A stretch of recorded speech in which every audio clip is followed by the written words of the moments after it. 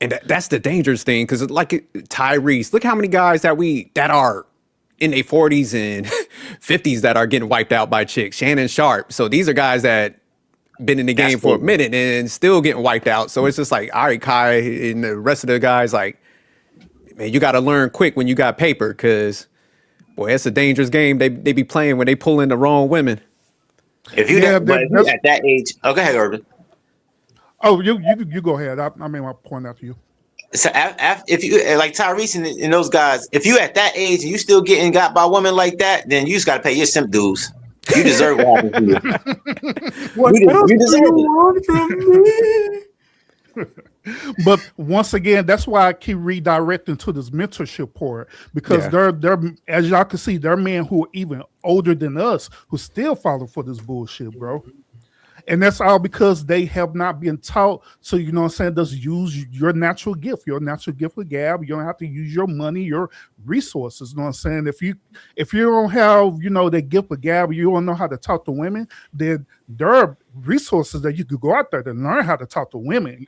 You go on YouTube, learn how to talk to women. You know what I'm saying? If that's your weakness, but them gentlemen, they just haven't learned that skill at all, bro. And so that's why they resort to the simp like behavior, resort to the sucker behavior, bro, every single time.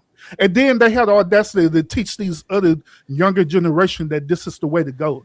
And this is where we get the Steve Harveys and all these other weird dudes out there doing the same as that thing, bro. Yeah, there's a lot of pandering podcasts out there, panda bears out there. Yeah, for sure.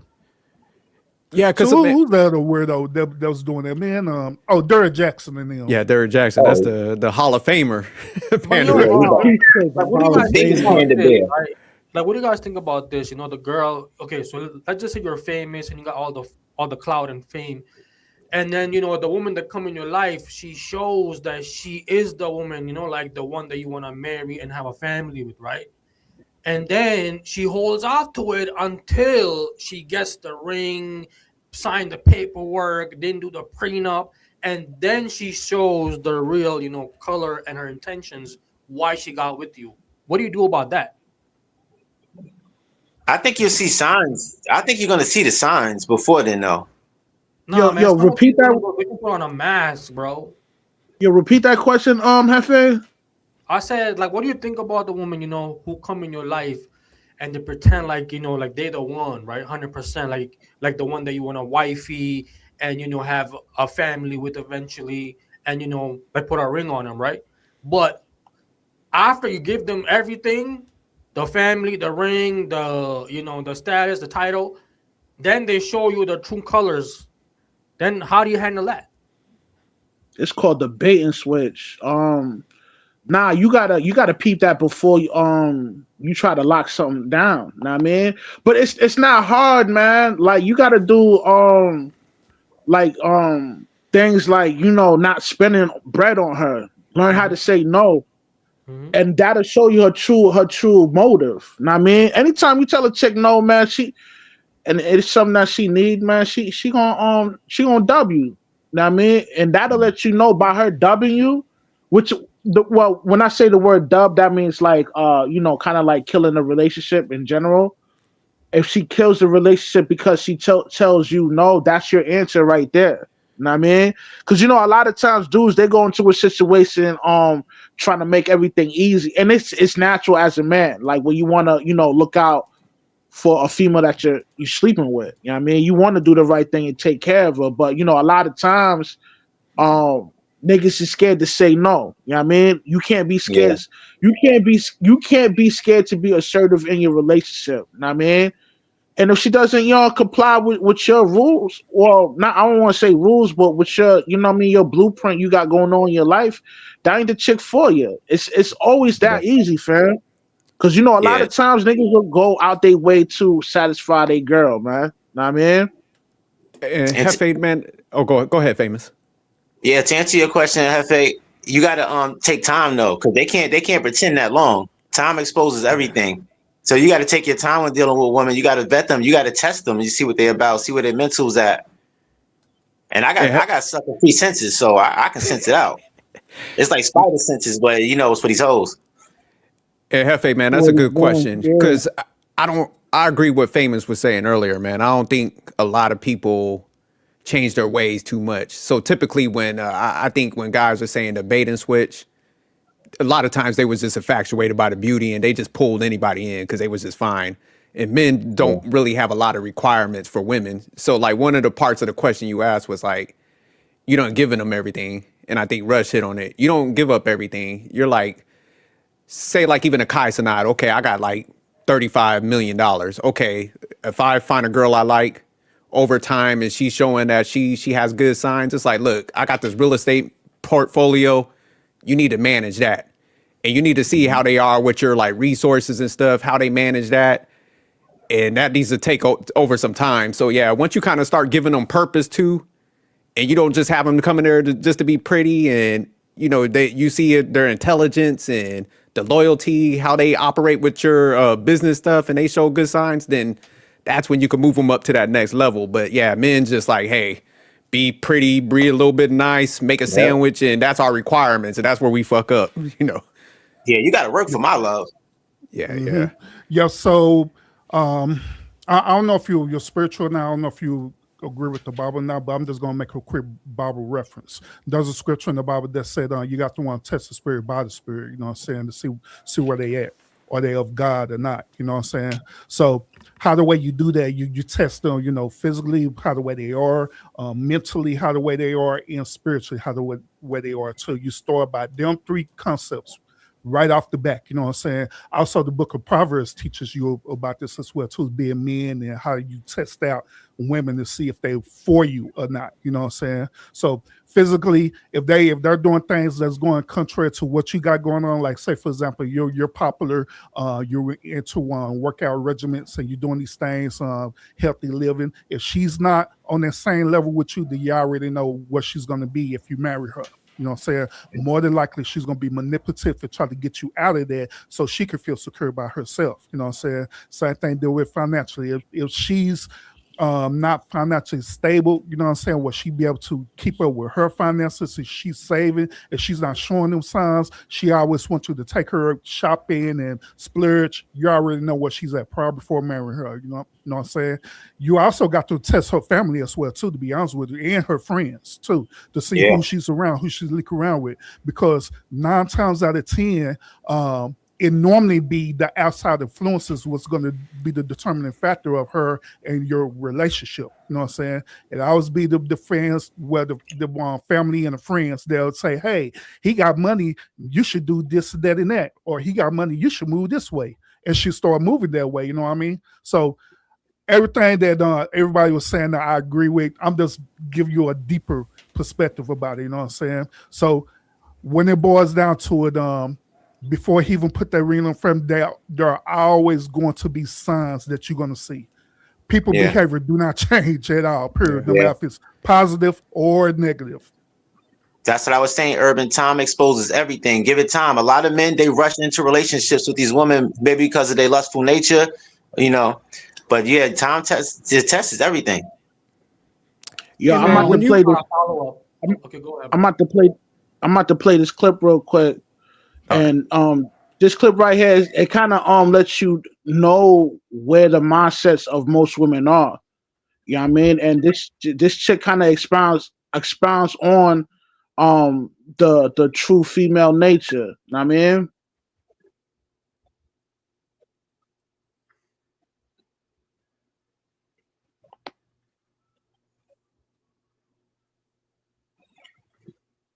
I'm so sorry that I'm gonna say this, but I'm gonna keep it all the way one. Nah. Don't be sorry, because the people need to hear this. Don't be sorry. Let them know exactly what it is. For discretion's advice. I'm gonna keep it all the way thorough, okay? Us women know who can get the draws without dropping any bread off. Okay? Maybe you just not that nigga. Although this is something we already knew, it is nice to hear it from the horse's mouth itself. But the translation is, if you got to pay for it, you just not who you think you are as a man. So all those provider men that be doing all this extra shit, no, you're just a simp paying for that cat. That's what you are. The only woman you should be taking care of is the woman that's actually committed to you.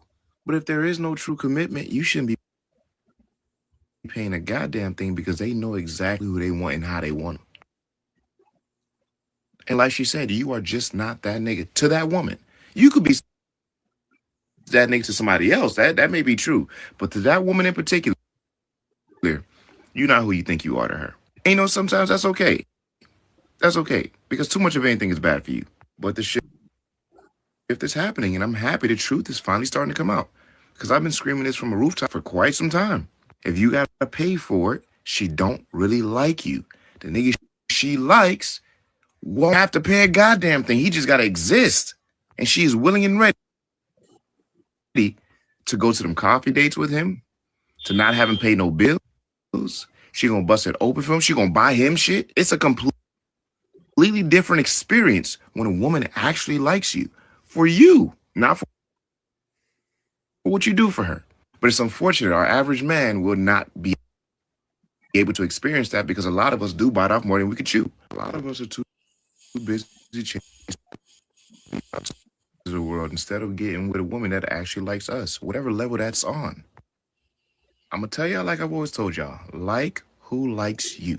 It's really that simple. But you know what? Knowing a lot of y'all ain't gonna listen to shit I'm saying because I'm just a normal guy. Y'all keep the change.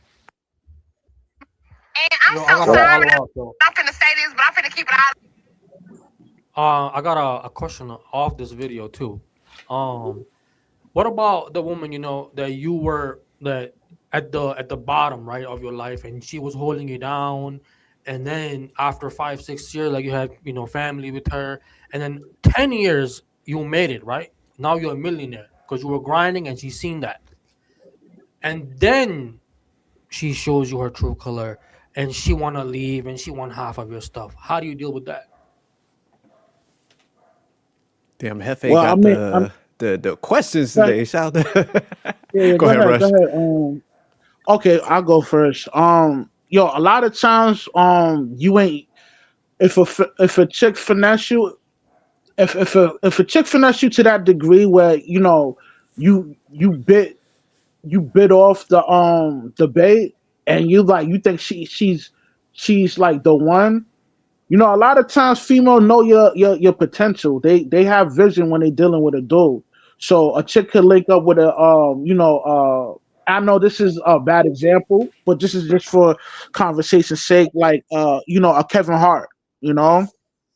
Like he dates a chick, right? His chick's taking care of him, and she may do things for him, but she know like, yo, there's a deal around the corner. It's a potential that he'll be able to grab that deal and become real successful. Females that they can see that and they could front, and you got to be careful. You got to peep that too. Know what I mean? Because they got vision, man, when they dealing with a certain dude. So a female to that degree can pretend and know your potential, what's about to go down, and just play in front for a little bit. But in today's day and age, I don't even think females got the stomach to even front that long anyway. Like if you're not kind of like simping on them or whatever, then she's gonna monkey branch to a different situation. Know what I mean? But let me go ahead and answer Hefe's question. So yeah, in that scenario, say like, man, 10 years pass, man, you done held shorty down, you done leveled up, and now she's like, she want to go. You just got chalked out as a loss. You be like, you know what? Yeah. Peace to see you. Because, throughout that process, you should be, like I said, you should have your shit together that you got to jump in that market, man. You always going to be marketable. So, it's going to be a little sad and shit, but it's just like, hey, no doubt. Here you go. You got to take that L. You peel off that paper and you never make that mistake again. And like I always say, it's funny. I'll be cracking jokes with my wife. I'm like, hey, you ever want to go? I'm going to get a chick that look just like you. No love lost over that. But yeah, you just move on. You just, man, keep building yourself up. The best revenge you could ever get in life is to level up and keep expanding past that. Yeah. So I'm going to turn up. I'm going to hit that gym so hard. And anytime she see a photo of me or something, it's going to be success. Yeah. Right. I was about to say the same thing, Jerk. You just got to take your loss. What else can you do? Just take your loss, because your piece is worth more than anything. Right. So the money's not everything. It's something, but it's not everything. Your piece is more important. So I think you just take your loss, let her go. You know, make sure your kids are straight, and that's all you can do. Yeah, but I think Hefe's asking to he's asked that question to not to fall for the okie doke, and how you don't fall for the okie doke. And I mean, you test her loyalty, man. I mean, If you don't see those signs in 10 years, man, she must be really good, or you must be really bad at vetting women. So gentlemen, let me share this with y'all. In that scenario, that's what I call the grass is greener than the other side of the fence. You know what I mean? Mm-hmm. Where once again, like I told y'all earlier, when you go into that vetting process, you got to vet them in different scenarios, including family and friends. So what tend to happen is this, if you've been that invested into a relationship over 10 years, trust and believe that woman is locked in, you know what I'm saying? Or the dude is locked in as well too.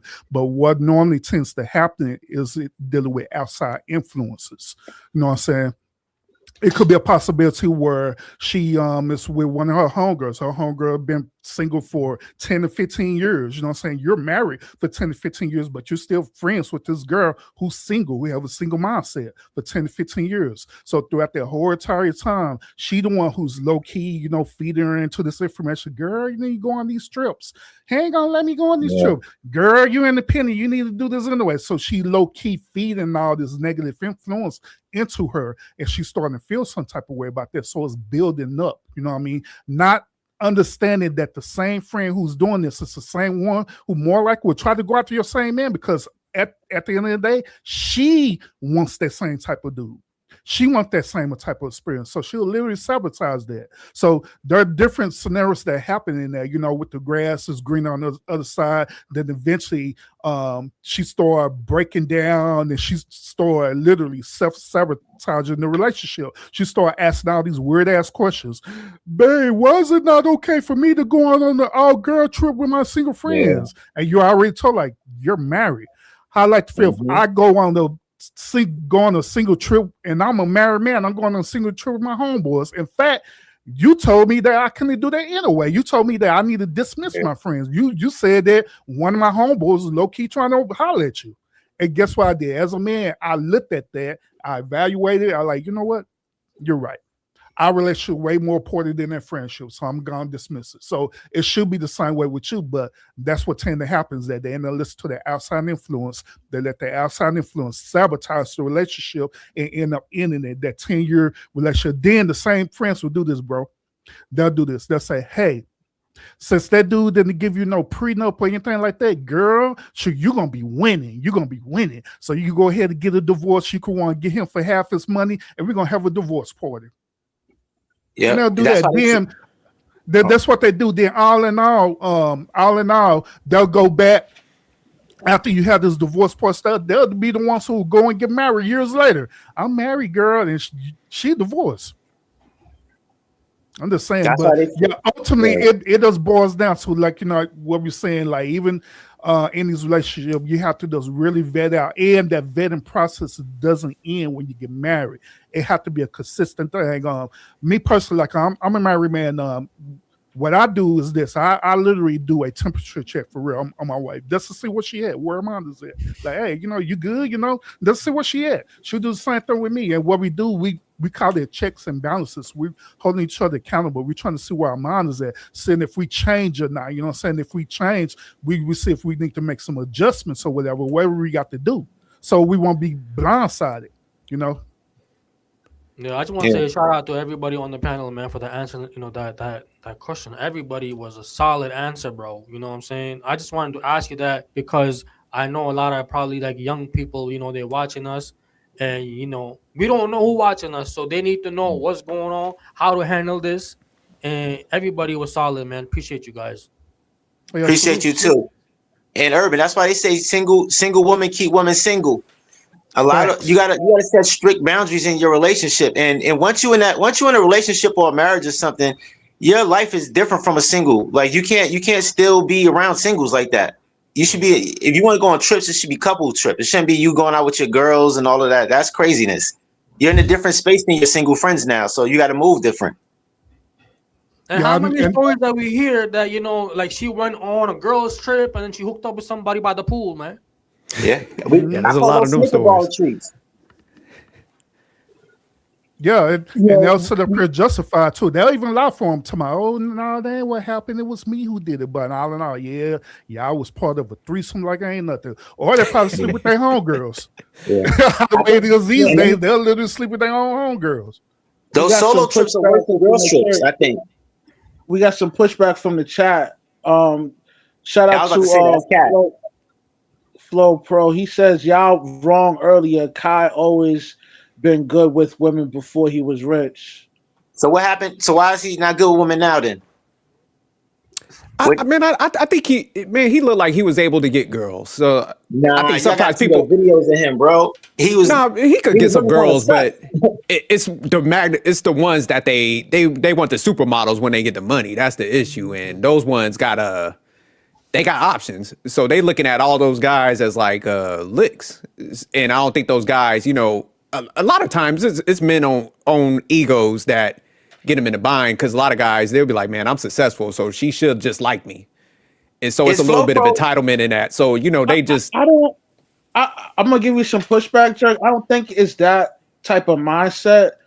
Okay, whenever somebody, okay, like, I know this is a bad analogy, I'm going to use it anyway, but okay, like big corporate companies that tries to sell products, the first thing they do, they scout out models and they have the models promote the product. The reason why they choose attractive people, because psychologically we align good people that are aesthetically inclined. So by Kai Cenat, dealing with this attractive female, in his mind, the attractiveness equals out. Maybe this person's a good person because she's attractive. Know what I mean, which is not a good thing, because you should not be subservient to your lust.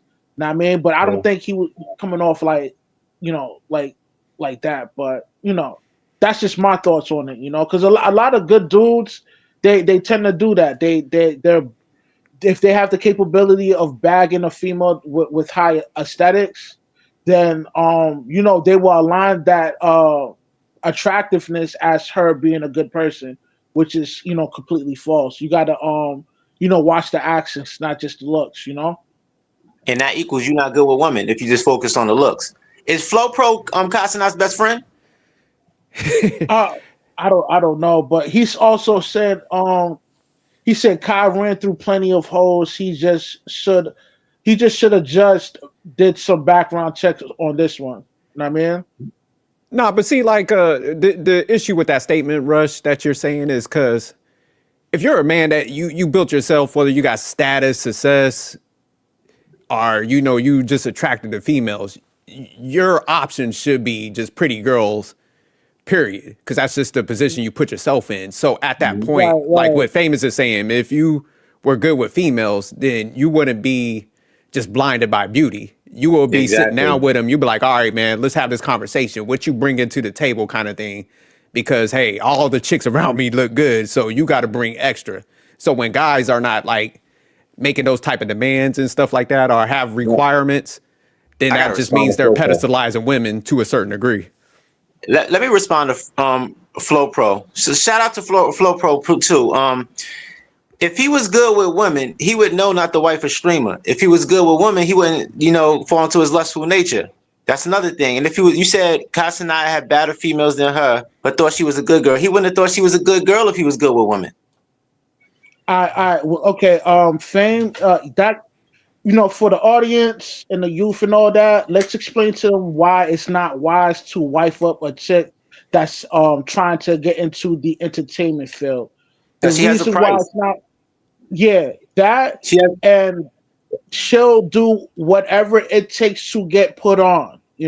So if there's like a contract with a company that's able to just put them in a high position within the streaming world, like the Casanat University, they're gonna do whatever it takes to get put on that good opportunity.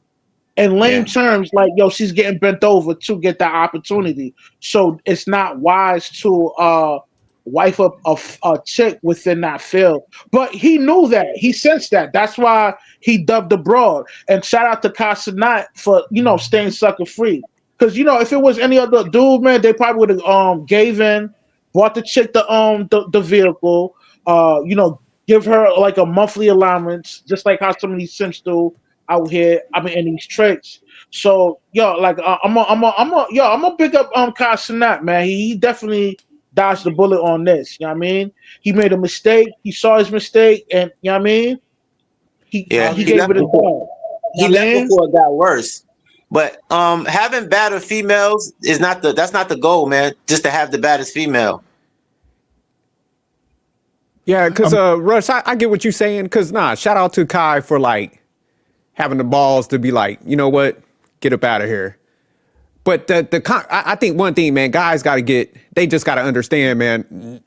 Every guy starts at a position where you're not knowledgeable. You're not the best with women. We're not saying you can't get them, but you just don't have the experiences, man. You're just in that like a puppy love type thing, which is fine. That comes with age. Hold on, but so like guys just got to understand when people are saying that stuff, it's not to slander you. It's just saying, hey, man, look, you're not the best with females. Get the knowledge, and then you're gonna have good success. So, man, when I was growing up, like I said, man, we had to look and observe the dudes that had good interactions with females. Well, the guys that ended up being good with women, having good situations, man, we took that criticism and got better, man. So that's what men, it's just like, man, everything's a growth process, man. You can't get upset by some of the terminology. It's like, nah, man, you're younger, listen and pivot, make them improvements, and you're gonna be straight, man. Cause dude could pull, man. That's not the issue. He gonna get chicks, but it's just like you want to be good with them. And good means like you're not getting used, you're not getting taken advantage of. You're not messing with the type of chicks that's going to go and slide off with an NBA young boy. So it's not a diss to Kai Cenat. It's just like what you need to start learning is avoidance and, risk mitigation with females. And that's where a lot of guys just don't understand. So gentlemen, Denzel Washington, LeBron James, both of their wives, what would they have in common? They stay behind the scenes. Behind the scenes. You don't know nothing what they got going on with them, period. None of us on this panel cannot tell what they got going on with their life, period. Mm-hmm. Them are the type of women who are winners. Them are the ones who are literally they're behind the scenes, but they're there, but they're not there at the same time. They're the one who plays a full supportive role, a full submissive role as well, too. Them are the type of women that Kai Cenat and these younger generations need to be going towards, not these IG chicks and stuff. But if they want to do that, there's nothing wrong with that. But he does need to understand that they only does for what Russ say. They just pump and dumps. That's it. Nothing more, nothing less. They put themselves out there, like Russ said, they put themselves out there to be that way. So treat them that way. Nothing more, nothing less. Don't give them no title of girlfriend or nothing like that. You know what I'm saying? Leave them for where they at, and you find the actual woman that's going to be beneficial to you, period. That's what it boils down to. But once again, they have to be taught this, bro. They have to be taught this game. They got to break the conditioning because men we're taught how to treat women. Women are not taught how to treat men. So we grow up thinking that women are sugar and spice and everything nice until we find out. So we got to go through that. So the youngest don't got to go through that now. Mm-hmm. But a lot of times though, like men just gotta, like you guys said, man, they gotta understand, man. Spending the money when you got it and stuff, the resources, you got to be careful with that because that's like the ultimate shortcut. So you're gonna get some cheeks if you spending money, but on the flip side, it's just like that same female, man, she'll have an interaction with a guy where that dude ain't even got to buy her a hot dog from a gas station and he be knocking it down. And just one quick story, man. When we was younger, like I said, I hung out with my like older cousins and they were good with females. So man, we up in this restaurant Maria's. I know Famous. That joint is expensive. So we in there eating and stuff. And one of the chicks my cousin was messing with, fine, but he just would never give it a time of day because he knew what type of female she was. So she come in there with a Knicks player, straight NBA player. And he's up there whining, dining her. And, she's looking at the table, but he's like, I ain't going to bust her out. He's like, I don't like her like that. That same evening, that dude done probably spent about a good $500 to $1,000 on that meal. because it just costs like that. You get an appetizer in there, it's over like 200 and something in a drink. Yeah, But crazy. so like that same evening, she's hitting my cousin up like, hey, you know, I really don't like him like that. I want to come see you. And man, he was knocking it down. So that's why it's just like, you can't take this stuff personal, man. And you got to have this understanding with females. And man, that's why it's dangerous to lead with money. Cause like that same chick, like I said, she's the guy she attracted to. She ain't charging that dude nothing, man. So you don't want to be the dude that's got to spend the bread, man. Yeah, that's what I've been saying. You got to overcompensate for her lack of interest. Nah, facts. That's why you gotta have the game, but before you get money and fame. Yeah, Yeah, no, I agree with that. you got to have that experience with women too. It takes experience. But Hefe, like what you're saying, just say like if you didn't get it and man, you know, you come into the money, that's where, man, you gotta like humble yourself, and people that's older are different things, man. You can't take it personal. You just, man, you need to sit back and be like, you know what, man, I do need to get better at some things. So I don't be, these people are looking out for me. They have my best interests. You know, they want to see me have growth and not getting taken advantage of. So I think sometimes, man, people just, they take it too personal instead of just like, you know what, man? Yeah, I do need to develop a little bit more. They ain't trying to throw no shots or diss me, man. They just want to see me excel, man. Because yeah, all of us on this, man, we want guys to stop getting taken advantage of, man. I just seen too many stories of dudes just, you know, females taking advantage of them. So man, that shit hurts me to the core when I be seeing these stories. Life is a learning experience, man. It's a learning experience. You just got to go through the motions, man. And you can't beat yourself up. You just got to take it as a learning lesson, and you got to hold yourself accountable as a man. Like the woman you choose is your fault, and you know you got to realize your faults in what you do and why you pick this woman, and you just got to learn from your mistakes. That's it, man. Gotta have to learn from your L's. And Yeah. keep it moving. Don't make the same mistake again, and then you're good. Yep. Yeah. Well, what's worse about these situations, gentlemen, is that you may deal with some dudes who do have like a mental disorder, whatever the case may be, right? And they don't know how to take that L. And guess what they do? Them are the same type of dudes that do violent acts against women. And guess what? We get held accountable for that. See, all men are like that. All men be unaliving women, and different things like that. No. It was just that particular dude that at that particular time who didn't know how to take a L, so he believed that his best course of action was to do this heinous act. You know what I mean? But once again, that's why I keep reiterating over and over again that these type of conversations on this type of wisdom is very important for men out there, because they're looking for it. You know what I'm saying? They really are looking for guidance, for real. Proper guidance, by the way, not these pookie guidance, not these old future guidance, you know what I'm saying, or these simp guidance, but actual real guidance for real men who done been through the fire, who been tried by the fire and overcame, and we the change, and we are the men that who we are right now. Yeah. That's why I drop gems in my music, Urban. Like that's why I put it in there for entertainment, but I put a message in it. Yeah. Hey man, like check out the comment right now. What's the guy named Kamu? I can't even pronounce that. The last. Yeah, I saw that. Bro, you in here, bro? Why you in here? We can do whatever the fuck we want to do, bro. Why you in here watching us? Nah, but man, I don't even, man. I just think, like I said, sometimes people like that, man. It's like that's how y'all be getting hemmed up. It's because, man, you want to deflect instead of learn and stuff. Like I said, I absorbed the game from the OGs. I wasn't sitting out there like getting all upset in my feelings. I'm like, shit, you know what? I do need to change and stuff. So all that stuff, because they're going to be the same ones down the line. Like, oh, nobody ever taught us anything. It's like, nah, man, we having these conversations now so y'all can avoid some of these pitfalls, man, because it's not just them. Like I said, I got friends that's in their 40s and 30s that's like getting cleaned out right now. Like, damn, man, I wish I would have listened. So it's like, man, you could be wise, or you could be like him with that comment, like prideful, what they call it, foolish pride.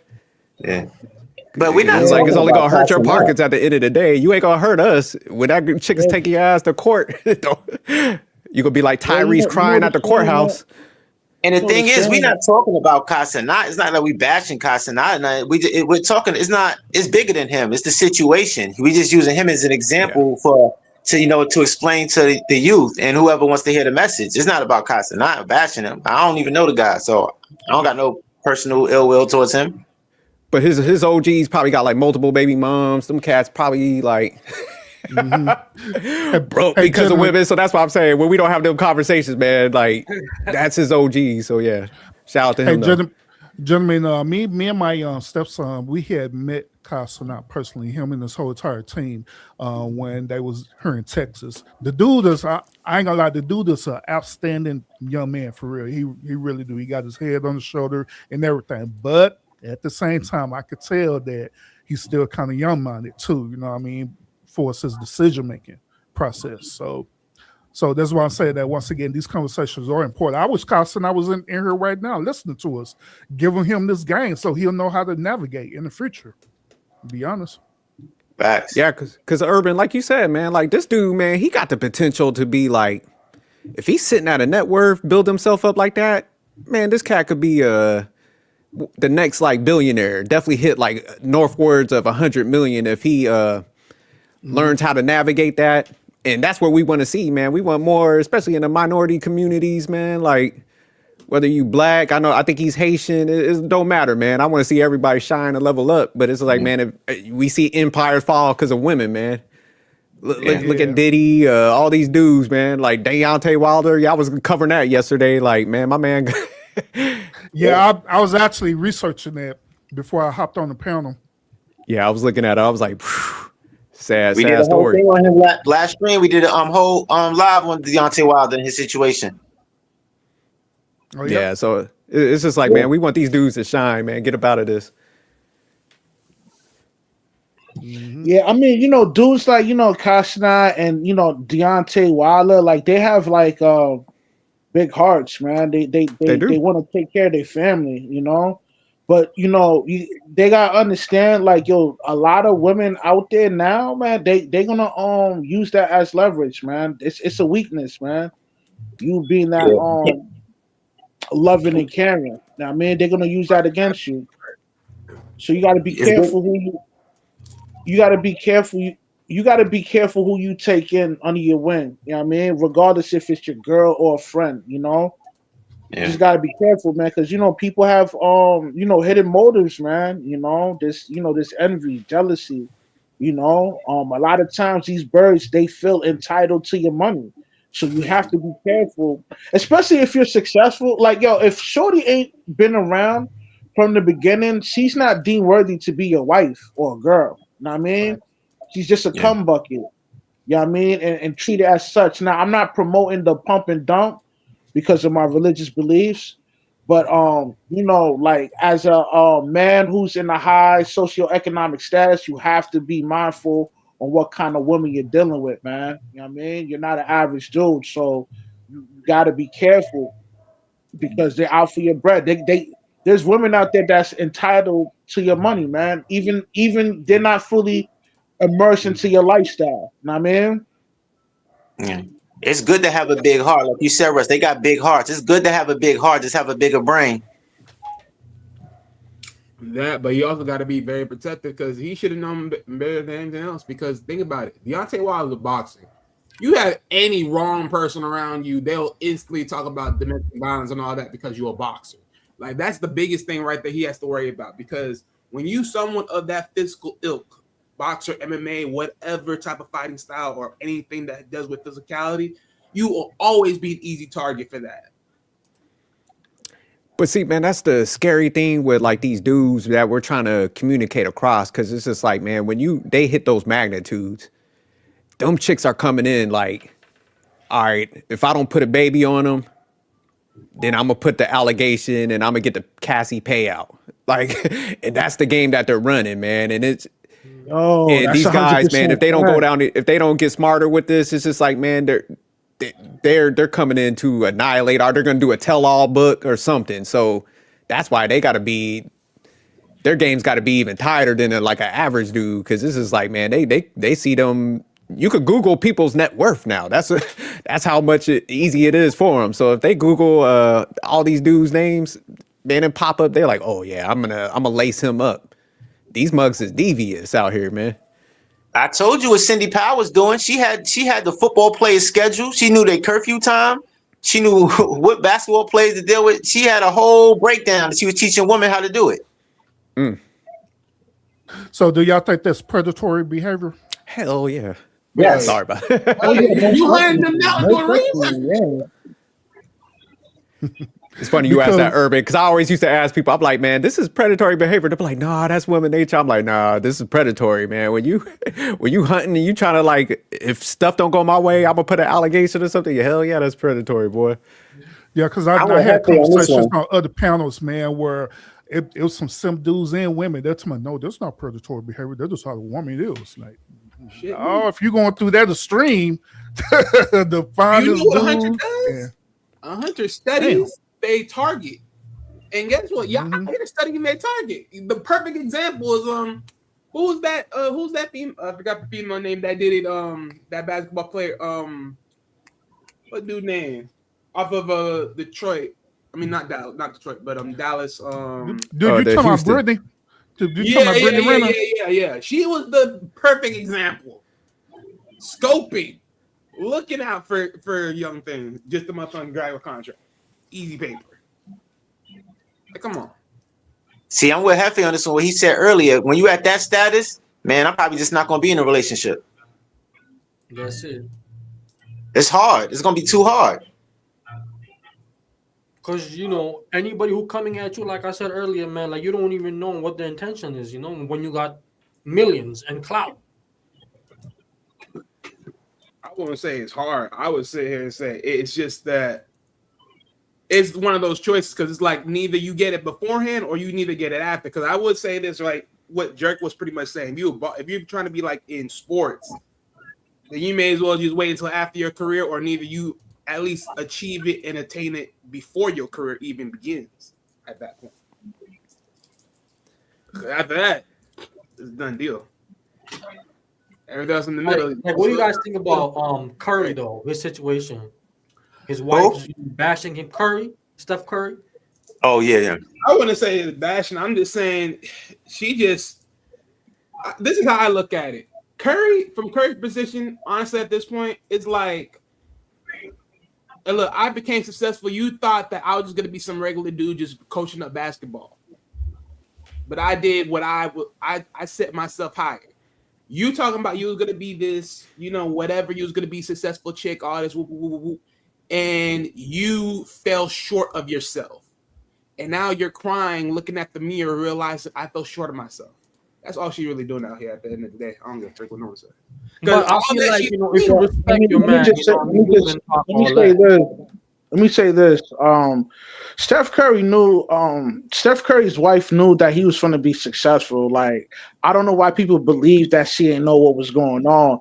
And two, Steph Curry's wife is competitive, and she holds jealousy towards her husband's success. You know what I mean? That's why I say you should never wife up a competitive chick, because later down the line she's gonna sabotage the relationship. You know what I mean? She's gonna and probably pull the bait and switch on you. So be mindful what kind of chick you're dealing with. Like, if she's like competitive and she has like envious traits towards your success, she's definitely not the one. You know what I mean?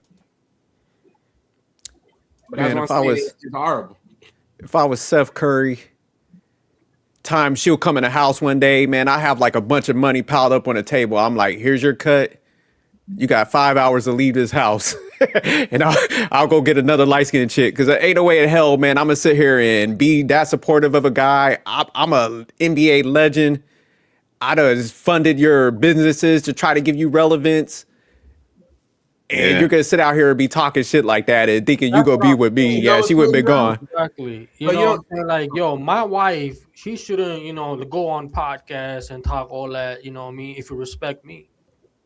Yeah, it's embarrassing. But you know it's crazy. You know that conversation that's going out there with I forgot who it was. Who mentioned this? Who's that dude from ATL? Big producer. I forgot the dude's name already. He did the TV show That Game. I forget his name right now. Metro Boomin? No. The TV show, The Rap Game. forgot his name, bro. Oh, Jermaine Dupri? Yeah, Janae Dupree. So like out there on the internet, I saw it on IG, but it's been swerving around, right? Where he's been making his comment. He made some statements like saying like, "Oh, don't ever help certain people like your homeboys or whatever if they didn't ask you." Like he made a certain statement like that, right? And I think in a lot of ways too, this is the other reason why I feel like she's way more envious, because like the fact that Steph Curry made it and he's helping her out so much. She's even more envious a little bit more on that part, because it's like not only has Steph Curry become famous, now that he's also investing in her, but then she still hasn't found that ceiling for her to be quote unquote happy with herself. Yeah, it just seems like you know what, you should never just did it. It's like you should just let her just did what she did for herself and just see what happens. Because at the end of the day, it's like, bro, I just can't see it no other which way. You got someone that's supporting you, got someone that's backing you up, everything else in the box of candy, and yet you still feel some type of way where you gotta make comments. It's but like, you know what? I feel like, bro, people like that will never be happy, man, no matter what. Facts. That's what I'm about to say, Hefe. Of course, that's that's what I'm not saying. sun though. I want sun. Moon is not enough. Right. she's embarrassing. Man, that chick is embarrassing. I couldn't. She's been embarrassing him for years now. She doesn't respect Steph Curry at all. For her to go publicly like that, I couldn't be with a chick like that. I'm with you, Jerk. She can take. I'll give her some money. She can go, because I can't be with no chick like that. Hell no. But No, I'll tell you, I already gave you business. What the fuck we talking about? But like Hefe said, man, somebody like that, you got to get rid of them. And I know it sounds harsh sometimes, and people are like, damn, man, you know. But if somebody's a bottomless pit of like unhappiness and stuff, man, and just think of the stuff he did to that magnitude, and you're not happy, and you got the nerve to be envious, and you got the world's probably most supportive dude, like, ain't nothing gonna make you happy. And man, it's like that type of person is gonna make everybody in that house bitter. And that's why you got to kind of get rid of them, because it's just like, man, there's no pleasing them. Like if you funded 2 businesses for that person and to try to like be supportive, I don't know what you could do at that point. So like Hefe said, like, shit, you want the sun, the moon, you're always going to move the goal line. You're going to move the goalpost. So yeah, I'm not in that business. He ain't never talked shit about her or her, you know, Exactly. her whole situation. He never spoke on it, man. I respect that. Yeah. No, facts, Yeah, he stayed stoic through it all. But Jerk, that ain't harsh. Because was it harsh when she was out there embarrassing me for years? No, that's not harsh. I'm leaving you. Well, I'm just talking about from the aspect, because you know how people be like, man, you're going to leave your family and stuff. You know, you're going to break up your family. That's one of those ones that's like in the gray area where you could break up your family. With She broke up the family. True. That's a good point. What people have to say, because I'm in this, you're not. Okay, so if I want to break up the family, I would, because I'm not happy. Yeah. But Hefe, you're not breaking up the family. She her actions led to that. That's her breaking up the family. That's a good point. Her action is the reason I'm not happy, so I'm out. Yeah, you can still be in your kids' life and take care of your kids. Though I mean, you have to stay with her. I ain't with that cheaper to keep and stuff. Yeah, me neither. I'll take that financial L. I'm just gonna learn my lesson. My peace is more important. Yeah, my peace is way more important than being with some ungrateful chick. Hey, y'all remember when Will Smith was doing that interview, right? And I believe the interviewer was asking a question with Will about him and Jada right in that situation. And so Will, he broke down, he was saying like, yeah, I was doing all these things for Jada, right? And I was, planning birthday parties, planning events for her and doing all these different things, right? And so one day he talked to Jada about that, and she replied back and said, well, that's your happiness, Will. That's what you want for me, but that's not what I want. That's what she said on the interview. That's what she said. That's what he said that she told him, right? And so I want y'all to think about that, right? And apply the same scenario to Steph Curry and Aisha. She's literally behaving the same exact way as Jada. No matter what Steph does for her, she's not thinking about it how the way we're thinking about it logically. Like, hey, he's giving you everything that you want.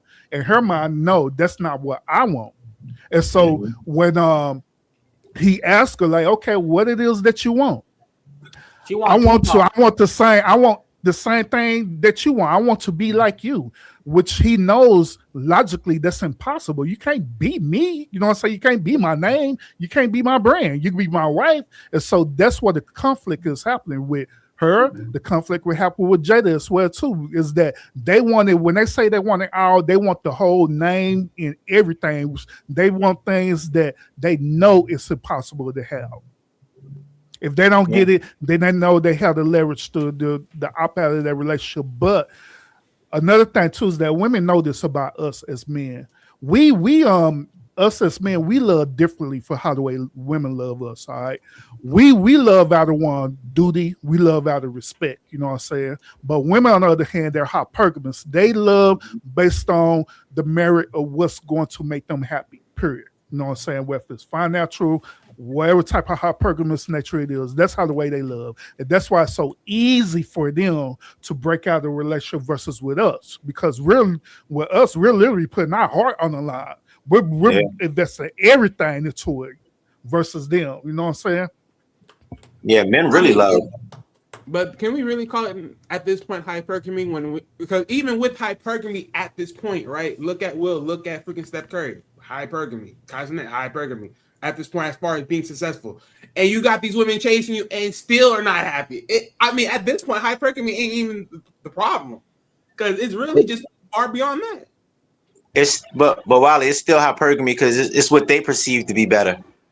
Yeah, exactly. I mean, it's perceived what they be better, but it's like in the concept of hypergamy, right? It's like finding whoever is better than them or whatever, But it's like you find people that are better than you, and you still not happy. You still not. That's the female nature. That's the whole point. That's what I'm saying. But like putting it on hypergamy at this point is we passed that. We passed that at this point. It's like you reach hypergamy, and then it's like, oop, no, it was more than that. No, but that's still hypergamy though, Wally. It's just an endless cycle. Yeah. Hypergamy doesn't have an end. Yeah, it's an endless cycle. But that's what I'm saying. It doesn't have a set face. That's what I'm saying. Like it's pointless. It is, but that's woman. That's why I stated earlier, Wally, that women logic versus our logic is two totally different things. You know what I'm saying? We say 2 + 2 do equal 4, but with women, 2 + 2 don't equal 4 to them because it's based on how the way they feel in that moment. Yeah, but I do see what Wally's saying, man, because I don't think it's just hypergamy in these cases. Because when you got like a Jada Pinkett and Aisha, there's some sinister shit going on in them, man. Where let's be real. So like with Jada, like she never even wanted to marry Will. Someone told her to marry Will. So think about it. Hypergamy was in that. Yeah, she was in love with Tupac. Condition. That was in condition of looking at it from where it is. So that's what I'm saying. Like, and again, even with Aisha Curry, it's like, okay, you thought he was just gonna be a regular basketball coach or something like that. But why you with him? Why you married to him? Like, I'm sorry, it just makes no sense to me at this point. All this way they talking, it's like it's pointless. I think like what Urban was saying, man. I think it is a little bit where, you know, like Will Smith, you know, he was one of the biggest names in Hollywood. Then Steph Curry, one of the best NBA players, you know, changed the game. So when them guys hit those peaks, I think they thought they were going to be close, like a power couple type thing.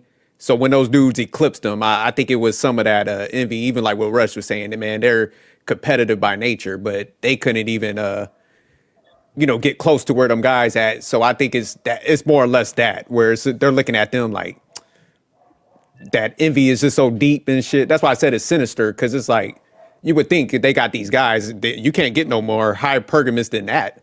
Shit, you're going to have to get a billionaire or something, you know, dude with some yachts and stuff to crack that code. But yeah, that competitive side, man, and that envy that they didn't get their career cracking in the way that they thought is eating them up inside and stuff. So yeah, that's why I mentioned about Denzel Washington and his wife earlier, because with his wife, she don't care about none of that. You know what I'm saying? She don't mind pushing back and letting him get the spotlight, because she understands that at the end of the day, if he's winning, she's winning. But when you deal with these women who are tied up to this like feminist type of culture now, they're not thinking like that. They don't think logically like that. They want to be win. They want to win. They want to be on top. You know what I'm saying? And they'll literally sabotage the very thing that's helping them to get there. Right. But I also add this too, Urban, because to your point of what you made on those two components, like Denzel Washington and even any LeBron, or even just anybody else that has a decent, great relationship out there, those type of dynamics to them, I mean, as far as the wives, they already know that they're in the spotlight, at least when it comes to their men, and that's all they care about. Because at the end of the day, they don't really care for like the spotlight of the world like that at all. Because like, I mean, honestly, unless you did the research, no one doesn't knows what Denzel Washington's wife does ultimately. No one don't know what any of their wives ultimately, and they don't want to be seen. Same thing with Ice Cube's wife. I mean, again, like all these different, like people want to talk about power couples, but let's be real though, not every single power couple is quote unquote loud, right? And that's the thing. That might be the secret, bro. That might be the secret. And that's the thing though. Not every relationship loud. Cause like, there's definitely gonna be someone that may be the one that speaks loud, like the Denzel Washington. Because if you say his name, you already know what time it is, because it's already loud. But at the same notion, when you pull back from the side of his wife, it's like that's the quiet part. And you know what I'm saying? That those are like the commonary sweet parts like that. Like just having. But like, see, they want the famous. Because like you said, the power couple could be any dynamic. They could go into actual business. Say like, what's her name? Like Jessica Alba, and they started companies outside, kind of left the movie industry and stuff to focus on the business side and blew up on that. Which with them, that would be too boring. They want the the fame, the status. So they want to eclipse them on that note, not on the business side. I put y'all this way. They wanted to be similar with Jay-Z and Beyonce, where Jay-Z is his own entity, Beyonce is her own entity. But they ain't no fucking Beyonce. So they can't wire their mind around that part. But that's what they chasing after. I'm not with that. I mean, they chasing after, but even with those situations, I mean, that is even funny enough in itself. Because again, even Beyonce, based upon certain interviews and statements, had to quote unquote humble herself. But I would say Jada's way worse though. Oh, we all know that. We all know that. Like, have you seen the way she sits, bro? She sits like a dude with the legs open and shit. And her husband is the one who's sitting, you know what I'm saying, with the, with the legs on top of each other. Like, bro, come on, bro. What's wrong with you? You're the man. The fact that she fucked a D-lister, I would have kicked her out the house. I would have been done with that. I'm like, man, you don't slept with August Alsina. He's on Rainbow now, right? Yeah. That's why I was like, so they didn't even make a good decision on a side dude. No surprise, bro. Yeah. But that relationship got a lot of weird dynamics. Something about her box that dude would turn rainbow after that. Because I've heard some allegation about Will Smith too. Yeah. Oh, wow. There's a lot of allegations out there, but that's what I'm saying. Like, that's what I'm saying. That's not worth it. It's weird, bro. They got a weird. Their relationship is just weird, bro. They got a lot of weird dynamics in their relationship. So yeah, that's called Hollywood. You don't want to go that high. you want to get high enough, but not high enough to the point you get that. And that's what I'm saying. Like, it's so off. It's just so off. Yeah, them different dynamics, man. They crazy as hell when you start dissecting them. Yeah, that's why Will is the most stupid motherfucker I've ever known. Because it's like, dog, you throw away your own marriage, what you had already with your wife, and then throw it away just to get Jada. I'm like, all right, tell me, when you sit back and look at that, you think that was smart? Literally. Yeah, that's why, man, you gotta take it beyond the beauty, man. You gotta look like you gotta play chess, man. When you instead of checkers, you gotta look 2 steps ahead. Like, man, is everything clicking all together? Because they got the beauty, but what else is that? Because if you get the wrong one, like they did, man, it's like they're like on overdrive to embarrass these dudes. It's like, man, they find a microphone instead of being your champion because of how you built yourself up. They trying to tear them dudes down. So. Yeah, that women that don't like you. Chess. These guys playing goldfish. Nah, them dudes playing Connect Four like ain't nothing, bro. Exactly. They playing Uno. They ain't playing chess. They playing Connect 4, but they can never connect.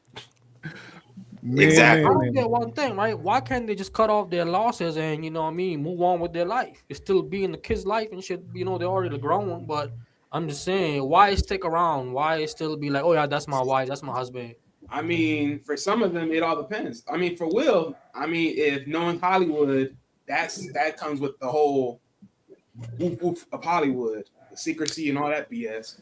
But for Steph Curry and them, I mean, I think they morely think about it as far as family stuff. Hefe, I think Hefe, you know what I think? It's a lot of these men, not just in the entertainment business, they don't think they can get another woman. That's crazy. Bullshit. They have one itis and they don't think they can get another woman. They're not confident in themselves that they can move on from that relationship. Well, I do think some of them, man, they want to hold the family together because I think they look at it as like, you know, I do want to keep my family. I made this commitment, but what they don't realize, man, when they letting those dynamics into their family, they're actually doing more damage. Because like when you see that father getting disrespected like that, you know, and especially like if you have sons, man, that's what makes them go out there and find women that disrespect them also. So that's why sometimes, man, like what you asked in Hefe, it's like as a guy, if you got some weird dynamic in your house, you can't let it go out there because that will fuck up your legacy. So that's why men, they got to look at it differently. It's like, hey, if they ain't on board and they got that like egotistical spirit where they're trying to destroy you, you got to pull that person off of there because they're going to bring that bitterness, that resentment, all that's going to go into your kids and stuff. So yeah. It depends.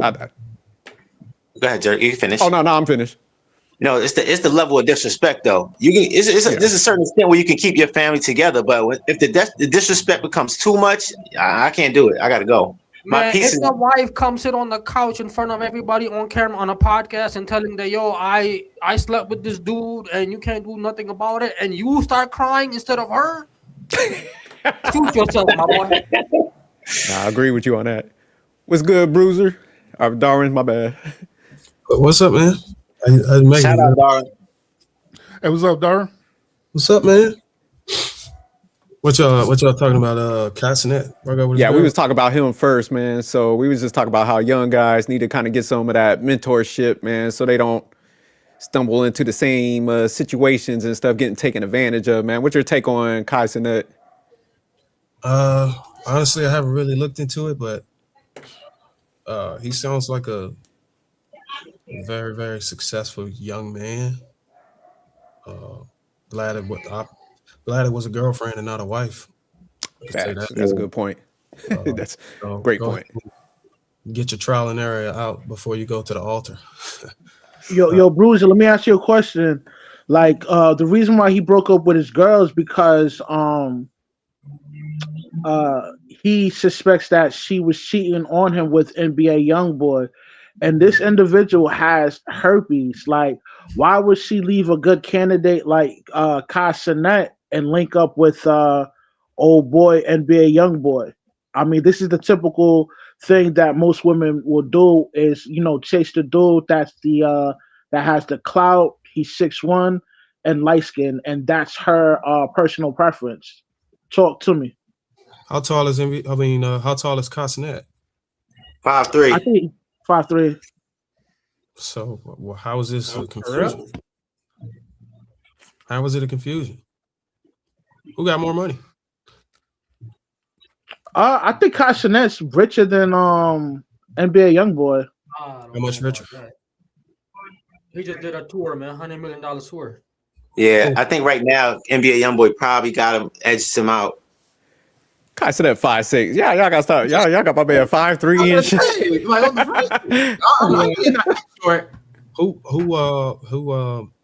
Who's got more money? Who's got the $100 million tour? Why? I'm talking about NBA YoungBoy. Yeah, but you gotta pay people though. That's not his. Well, no, Rush. So NBA actually has ownership over a lot of his stuff. So let me look it up. We're talking about a rapper. I do believe Kai Cenat has more money than him, though. Yeah, it says right here, NBA YoungBoy net worth is around 10, and then Kai Cenat's from like 14 to 35. They gave a range on his. Okay, so But keep in mind that NBA YoungBoy got 10 kids, so his his number's Okay, gonna you go. adjust for There you kid go. inflation. Right. So for one, I don't know if she did. I don't know if the girl who made the decision measured their income. She probably just measured their genetic markers when she made the determination or whatever. And then we also got to compensate for the woman. The type of woman is the type of woman that appear or placated like she was some type of loyal girl or something. Or did she? Did she have clear indicators that she pretty much for the street based on how she looked? Because I haven't seen what she looked like. Yeah, y'all want me to pull up the whole facts real quick? So Yeah, pull up the IG. All right, hold up. But Rush, man, you mind if I kind of tackle that question? Yeah, go ahead. Because you brought up a good point earlier, man, where maybe it was like Kai Cenat just had some boundaries and he wasn't on no like letting her take advantage. Because one thing, man, you'll see with a lot of females, they know how to target a lick. So if a guy does have boundaries and he's not all into the like, you know, happy wife, happy life type shit, where he's just like, look, I do like you, but you are going to work in this situation and I ain't going to be tricking off all my bread. You know, maybe she went to NBA YoungBoy because it's like, hey, he's reckless with the money. I know he ain't got no standards. So it's an easier path to hit the lick. Or maybe so I know a lot of females do that type of stuff. Like if they see guys with principled and standards, they're like, oh, hell no, that's too much work. I ain't trying to do all that. Let me go over here with the fuck boys and take their cash. So it might have been one of those things. That's a very stupid decision though, Jerk. Because she knows she has no future with NBA YoungBoy. But they ain't looking for a future. They want that kid to cash out. Look at Brittany Winter and them, man. They're short-term thinkers, man. We're forgetting that, old boy got herpes. So why would you want to have a kid that has herpes? Dog, they don't care, man. These mugs is on some like, hey, what's that prep stuff with the HIV and stuff, man? They're like, hey, we could just pop some of those and be reckless. Like this is, I'm telling you, it's a different way of thinking, man. It's not healthy thinking. Just because the dude got herpes doesn't mean that it's always transferable. It depends on the type. If it's was it contagious? So, yeah, Rush, from a logical, healthy standpoint, we'll be like, oh hell nah. But like somebody that's fixated on just having that come up, they looking at it like, hey, I can live with that. If I could get the cash out from this kid, they short-term thinkers, man. Money compensates for the lack of health drastically. Yeah. So that's not even a factor. I don't know whether he's got a herpes is considered, man. Like you're talking about millions of dollars that a fraction of the population will ever even touch. People are willing to connect with each other for a simple STI like that. I mean, what if she already have it? We don't even know, right? She like, I already got it. I don't think that's true. I'm just speaking hypothetically, right? I'm not saying she got it. I'm just saying. Yeah, I don't know what she got. All I know is the guy's taller. He might be more charmer, and she might just be one who won't feel like she got leverage. And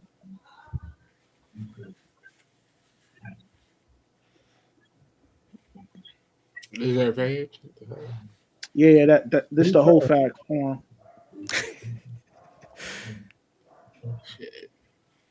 Typical pretty light-skinned girl, look like she's biracial. She looked kind of like a young what's her name? Dang, Bernice. Ah, yeah, I know you're talking about. She looked like a younger version. She's straight. She's got leverage. She's got leverage. She high on a 1 through 10 rating because of her symmetry, her hair, her complexion, her physical aesthetics. She can leverage a man that got millions. She just have it, and she's young, so she's trying at least. You want to lock somebody especially down? A young man. Yeah, I wonder how they met. She's a content creator too. She streams too, I think. They met through streaming. She met him while he was up, or while he was on his way. Nah, she linked up with him at the finish line. So she wasn't around for a struggle. Oh, okay. So you can't. It's almost unrealistic to be able lock a woman like that down whenever you up like that. A lot of women are on your team because of your resources. But at the same time, though, if he met her like when he was doing the that whole streaming class thing, then he definitely should have never had dated her there. Because like, bro, you helping them out. Like, don't be getting infatuated. That's business. How did it get out that he broke up with her because of cheating? He talked about it. It was going viral. Yeah, because he put out a post saying, "I'll never date again." Or He disclosed it. Was it him talking about it or somebody else, a creator? Well, he made the post that he's single now and he would never be in a relationship again, and then it came out rumored. So it's alleged that she was sleeping with NBA YoungBoy. Okay, so it's not coming from him. It's coming from somebody else. No, So just the breakup is coming from him. Did it come from NBA? Did NBA YoungBoy say anything on it, or did she say anything? Of course, I mean, if he smashes somebody's girl, he's not gonna, put that out in the public like that. Why not? Because NBA YoungBoy don't move like that for most cases. If there was beefing, I see, but not just. I mean, what is it? Can anybody hold him accountable? It's a girlfriend for the streets. He smashed her. Yeah, but there's no one that's it's him and Casa friends or some shit. No, I don't think they know each other. No. So like if you got a girlfriend, she come around me, come to my hotel, I mean, like, what the fuck? Yeah, but that's the thing though. He hasn't confirmed. Like, no one don't know what's going on. That's why I was waiting to see. She's spinning the block. Like, what can you do? At least what that would do is, I would say, a guy like NBA YoungBoy and I'm Kyson and my girl go over there. If he do say, "Hey, look, man, y'all hit your girl," I would say, I appreciate that, bro. Appreciate the transparency. Let me know, because I think it's an asshole for a man to know that this girl is no good for this guy over here that's decent. She's end up in my bed. I'm at least tell this dude, like, yeah, don't lock her down. Don't put a ring on it. Don't even consider it. She was over here giving me the sloppy top. I agree. We're able to communicate and keep each other safe in the market where you got a lot of women that are moving like this. We have to let each other know, like, yeah, don't even make a baby with her. Like, don't do nothing with her. She ain't the one. Yeah. And then send receipts and be like, okay, yeah, appreciate that. If I see anything happening with the girl that you messing with, she end up in my room, I'm gonna let you know. All right, cool, we got it.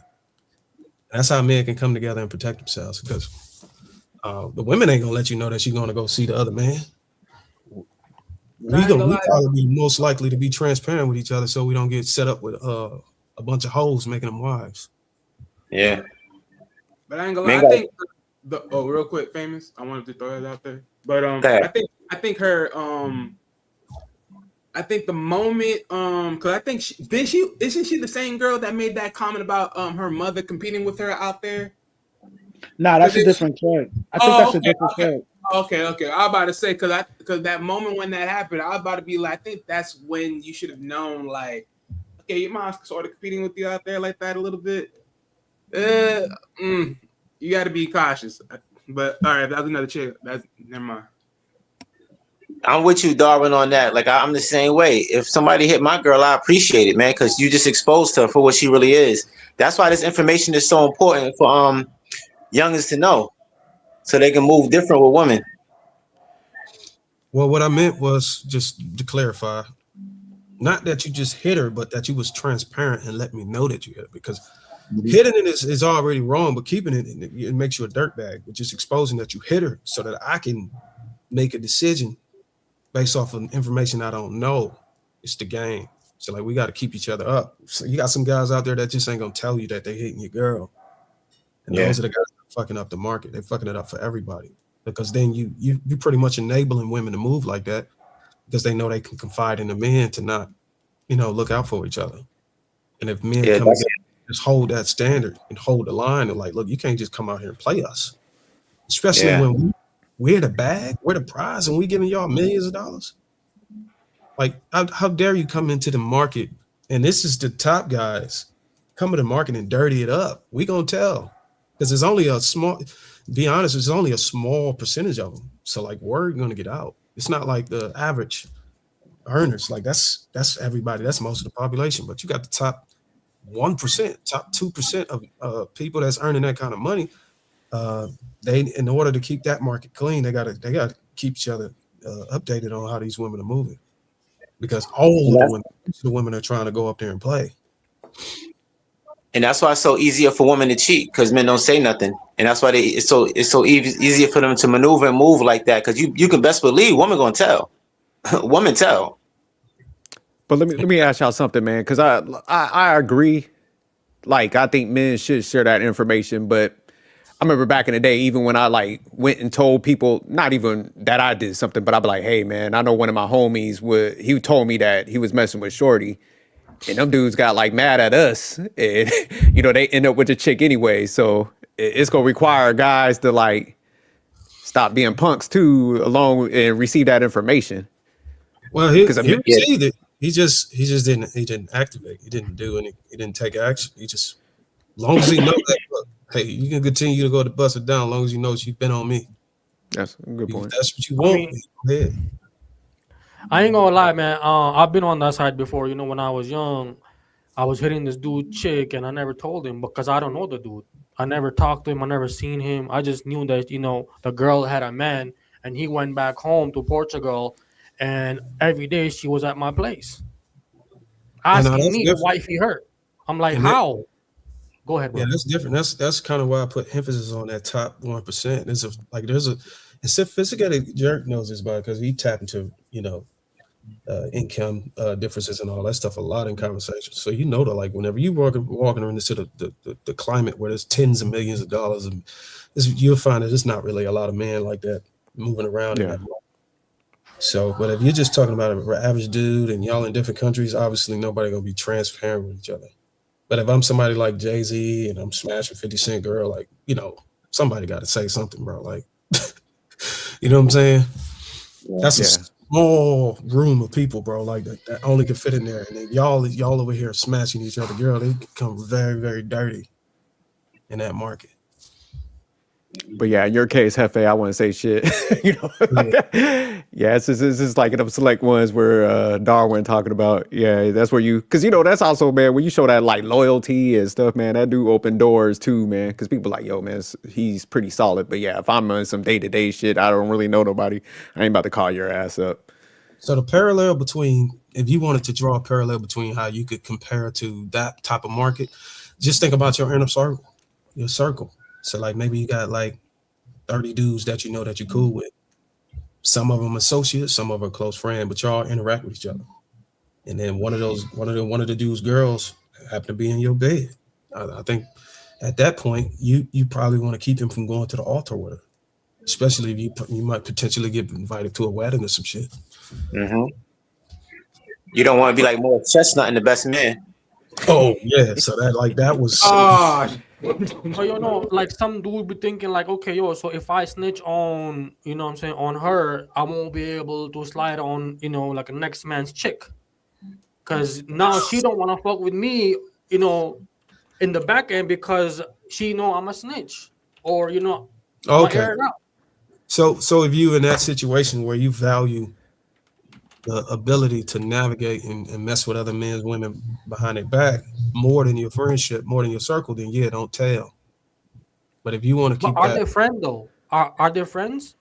Oh, you know, Kai Cenat and NBA Youngboy. I don't think they're not friends. They don't owe it to each other. But there you go. The emphasis is just on that type of market, man. Because whether we like it or not, if you just look at the landscape on the type of women that's up there playing with those guys, a lot of those girls get circled around. They get passed around. A lot of guys end up with, like, I mean, you look at Offset, like, you get, I mean, I wouldn't have thought Stefan Diggs would have got Cardi B, but like, you knew it would have been like the next man up would have had to be on the same level as Offset or better. They would have to be in the public eye. She's not going to go for no guy that drives the bus. She's going to go for the guys that's at the top. And we see what happened between those guys. It can get real dangerous because a lot of them got enough resources to get people erased. Not saying that they would do it, but somebody like Offset and Stefan Diggs, I mean, it could get bad. I don't think Offset is somebody that kind of moves in that direction, but because the money's there, yeah, he would have the capability of, you know, lining somebody up, dropping the bag on them. because the finances is there. But I don't think he has the knowledge or connections to get something done to that degree. Without getting caught. What makes you don't think he got the connections? Because enough money. Yeah, I mean, just because you got money, man, you don't automatically have loyal soldiers, because you could mess around and get robbed yourself. You could. Not necessarily, Rush. Not if you're cut from that cloth. Now you come from that, yeah, you could pull it off, but most of these. Yeah, if I'm a man in offset position, I'm not the one doing the handoff. I mean, if you got money like that, you shouldn't be direct interaction with somebody who's going to go accomplish a violent task. You would hand that off to somebody else that you can trust. But I would say in this economy where you got a lot of people doing, some of the most outlandish shit for just the money, the little things that they're doing it for. You can create a little nice purse for somebody else to go and put some hands on somebody, and it won't be a thing. And then I guess. But do you think Offset is a good example though, because he already cheated on her so many times? A good example for what? What we're talking about, because like Kai Cenat, so far, like what I know, he was solid, right? I'd say Offset was solid. And my argument is this. She knew what she was signing up for. The dude was cheating before she got married to him. So whether or not we think he's solid is irrelevant. It's the woman that's deciding to marry him. She thought he was solid enough to marry him, even though he was banging other chicks. And before they even had that very first child they had, he was cheating. And she continued to procreate with him. So whether or not we measure him being solid is based on what she thought. And she pulled the rug up on her whenever she knew she can get better. It was just inevitable. Like when you treat a woman like that, it's only a matter of time before they start looking for a better option. And she found a better option. It appeared like it's a better option. I don't even know if that's a better option for her, though. Hell nah. I don't think it's a better option because he got a lot of baby mamas too. That's what I was saying. That's what I was saying earlier about hypergamy is not what we think, what we perceive is better. It's what the woman perceives is better. Yeah. But Hefe, I would say, man, it is a little different from the aspect of, like you said, I think even if, because what Darwin's saying, it makes sense, man. Like she signed up for that. But I think when people start having kids with people and they get married, she probably had the mindset of like, oh, he should change now and be more family oriented. So it's just like, if you cross them boundaries and stuff, like it's almost doomed and stuff. So yeah. I agree with them for sure. Yeah. He already showed you the signs right before you got married. But dude be making promises, right? Oh, baby, I ain't gonna do it again. My bad, I fucked up. And then she trusted him with that, right? Yeah, that's where Offset messed up. He shouldn't have. When he heard her cry and her complain, he should have never. You know what? I'm gonna change. I'm gonna do the right thing. Yeah. Because now you got to be a man of your word. When you ain't a man of your word, a woman can't really trust you. You could at least easily say, "Hey, look, this is who I am." You knew who I was all along. Time from time when I go to the studio, get high and drink, I'm gonna have a little fun, but I'm gonna do it respectfully. I'm not gonna have a kid on you or whatever. You can create terms like that, but just to say you're gonna completely do it, and then turn around and do it, it's hard for a woman to kind of stand with you then. Yeah. Let alone wanting to stand with you when you doing it anyway. So at least she'll know that you being honest about that. The fact that you're gonna continue to move like that, because now you're just making her look making her look very bad as a public figure who's supposed to inspire other women to try to go after what she got. Now she got to tell women in marriage ain't even all that cracked up to what they don't even do without it. Even though she said that in some cases in her marriage to my house, she don't cook and clean. But she's probably cooking and cleaning. So she got a huge dilemma to deal with that as far as integrity is concerned.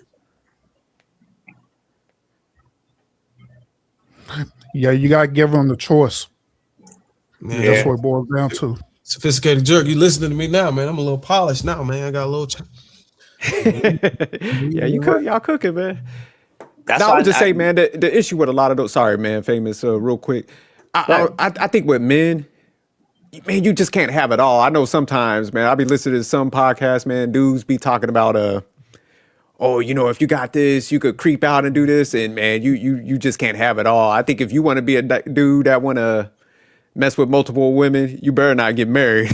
you better not have them kids with them, because it ain't gonna end well, man. And I think sometimes, like, when they get the money and the success, they think the woman would stick around, and I think dudes are just starting to get blindsided because the females would sign up for it, but as soon as they get that paper, shit don't go their way. They're gonna get that divorce and cash out. So people better wake up with that shit. Yeah, that's why I don't. If I was Kai Cenat, hey, I'm not getting into no relationship. I'm running through these hoes. That's why I don't agree with men cheating. You gotta be upfront from the jump. If you want multiple women, so you can give her a choice to want to be with you, you know? Yeah, that's the hardest thing to do, man. Like, and I think guys who are currently married or even got married young probably can vouch.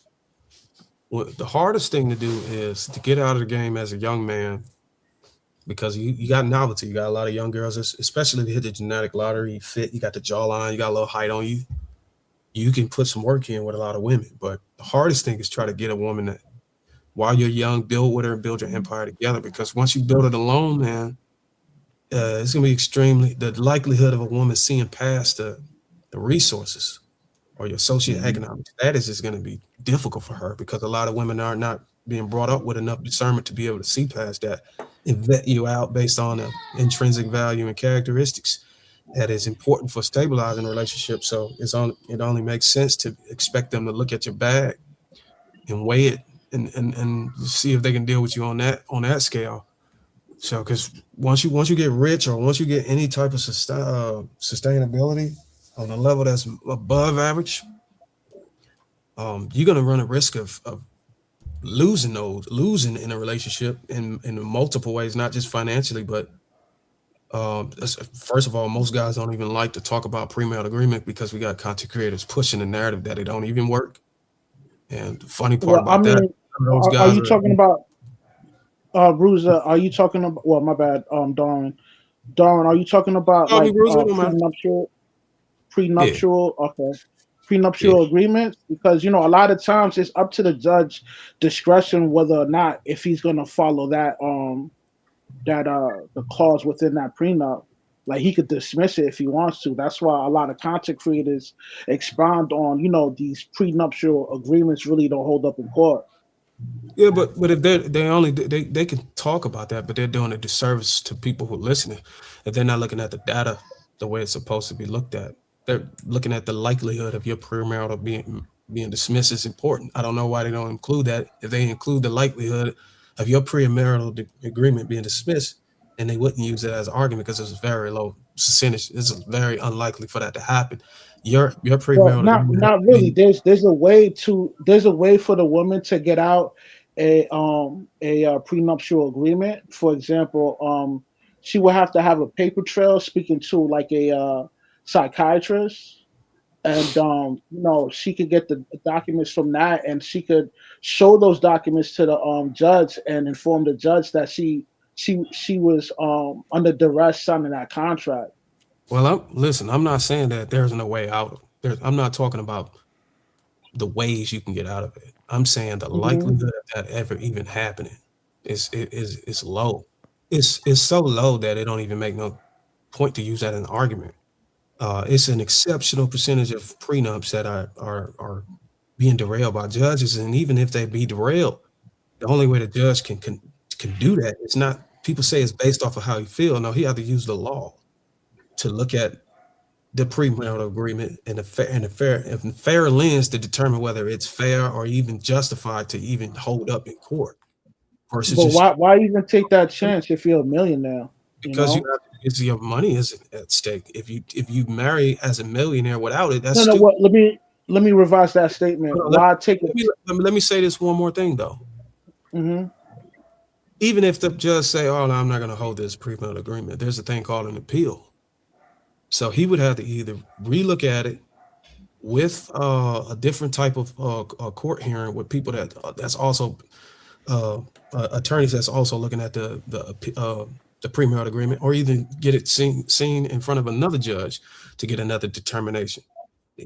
I get it, that costs money, but it's most definitely worth it if the judge is moving off. Oh, well, I don't feel like using this. He would have to substantiate why he don't feel like using it, have to intersect with the legal process, so to speak. So even if the judge didn't want to hear it, we'd have to, in most cases, the judge who don't want to hear it will find something in there that's unfair or it's not even worth holding up in the process. So it's important for me. You could go above that judge and take it to the superior court. I know that's what I said appeal was. Yeah, so an appeal.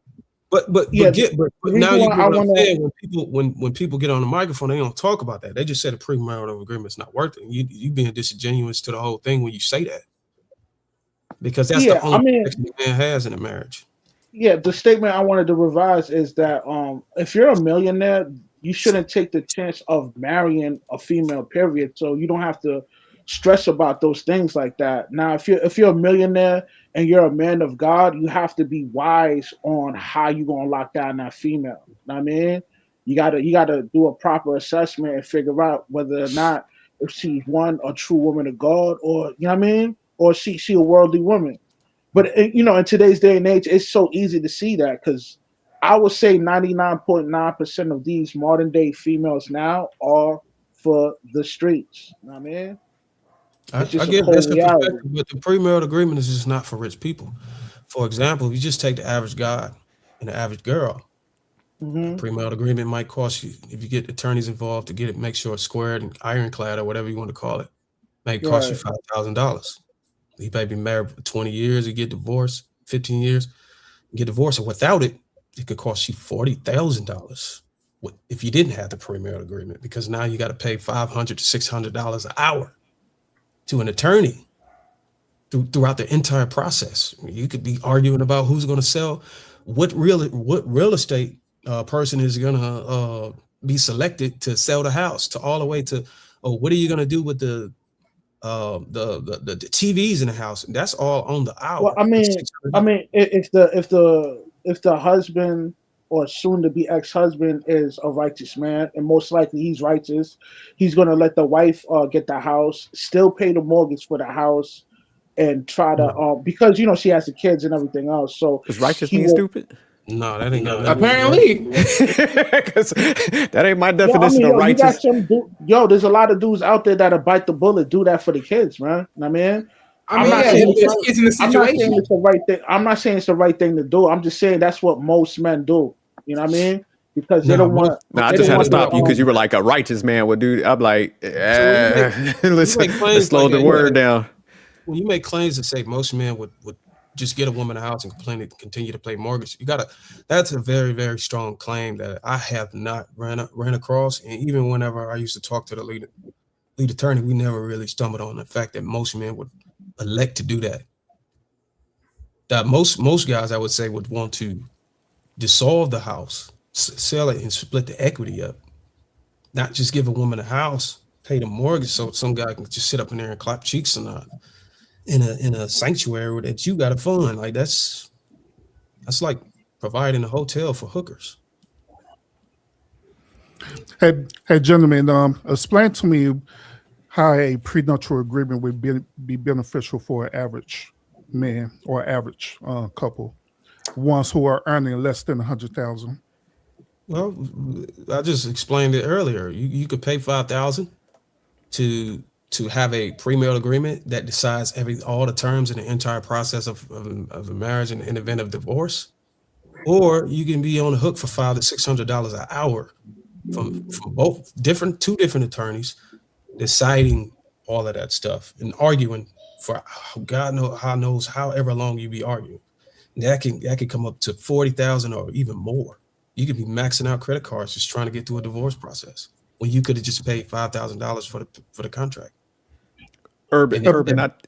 I mean, let me dive deeper into this. Even in that situation, there's what's called mediation, right? Well, when you go through the mediation process of a divorce, you necessarily don't need a prenuptial agreement for that. You know what I'm saying? You don't need it, but it's important that you have it.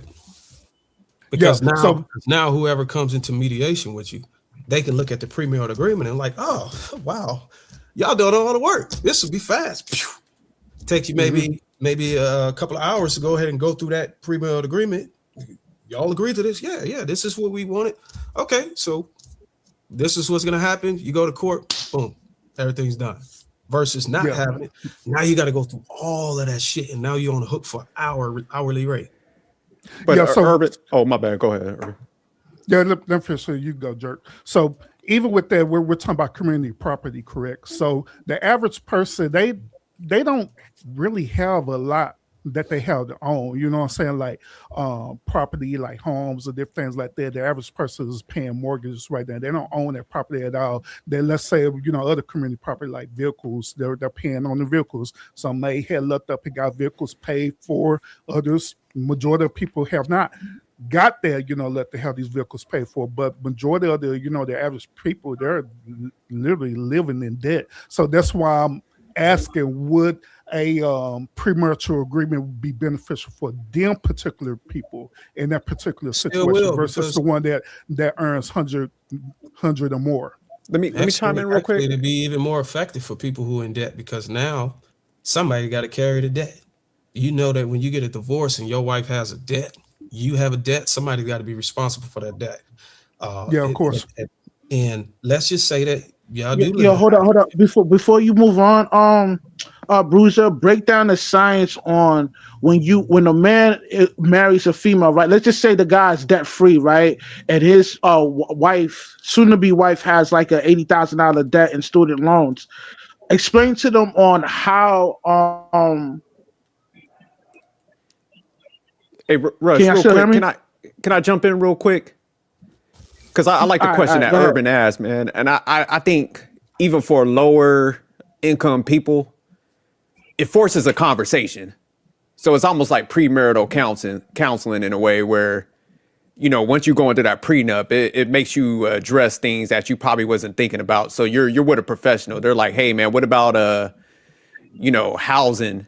What about this? Like you guys are saying, what about debt? And they're like, oh, damn, okay.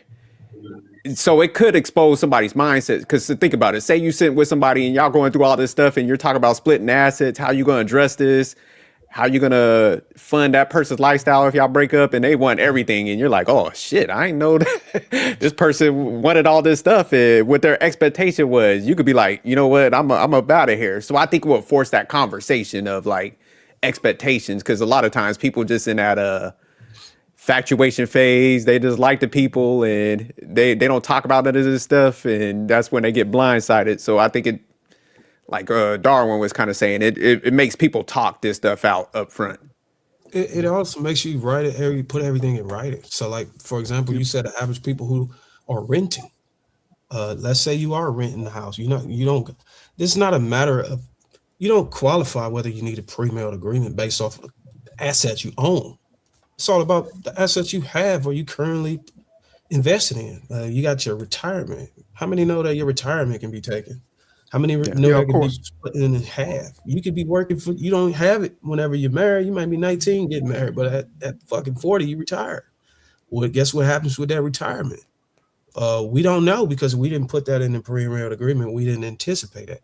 But if you have a house, let's just say you plan on getting a house and you got about $80,000 in equity on that house, on a $400,000 house. You sell the house, you got $80,000.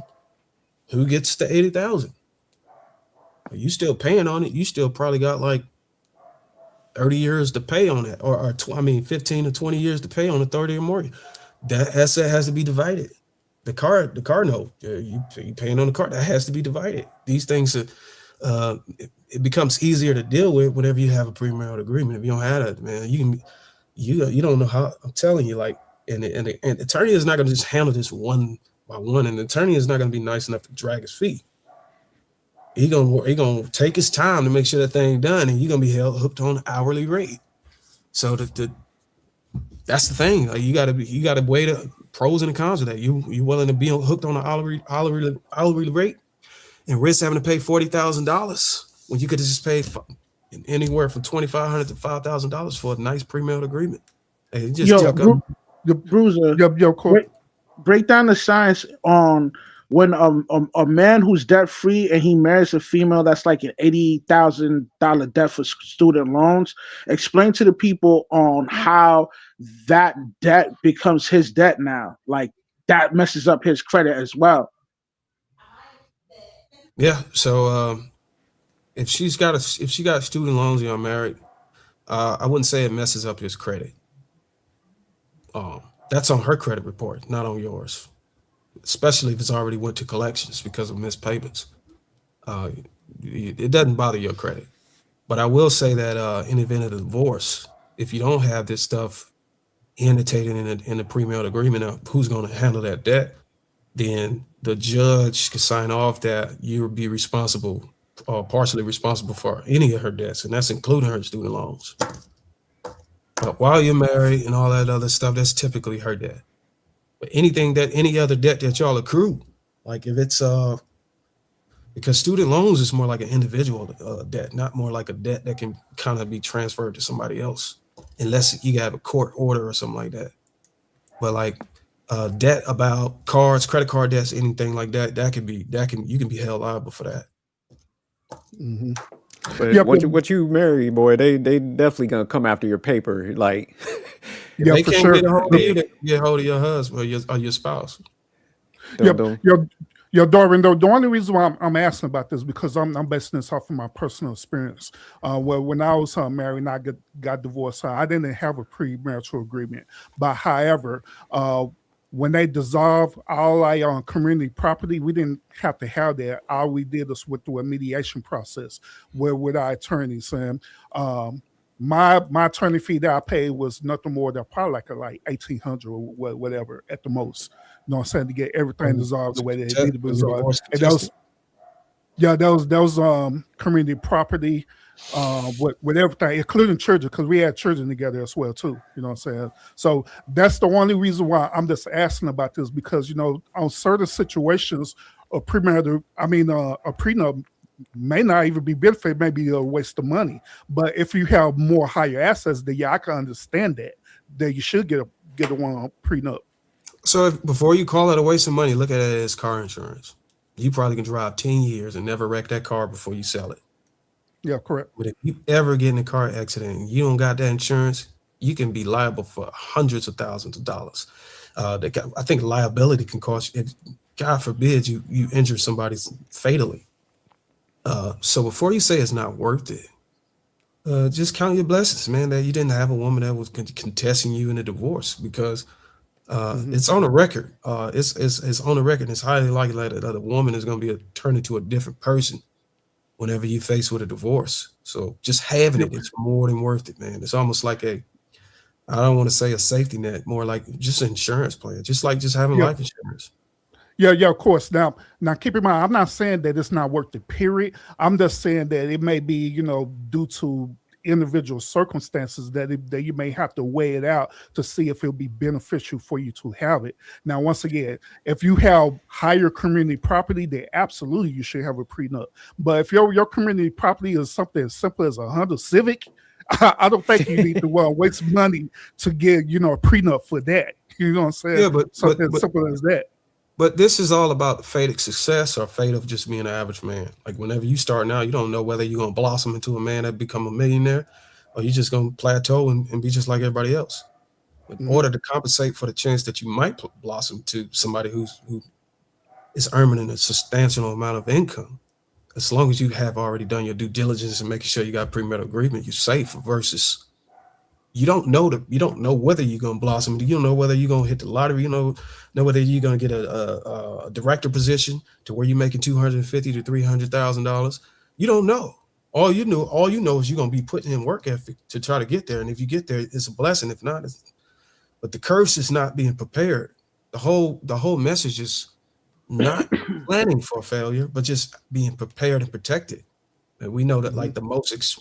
I think I made a video about this yesterday. Whenever I got attacked by Boheme on Lapeef, she was telling me how she didn't like how I was making men aware of some of the things that they're gonna have to consider whenever they decide to get married. I mean, if the divorce rate just keep increasing to 80% or even better, we have to have this a part of the conversation. Like, you got to have some type of protection as men, because if you don't have a prenuptial agreement, you're not marrying on your terms. You're marrying on a woman's terms, and the likelihood of her Yeah, I agree. having a better outcome is increased because that's just the society we live in.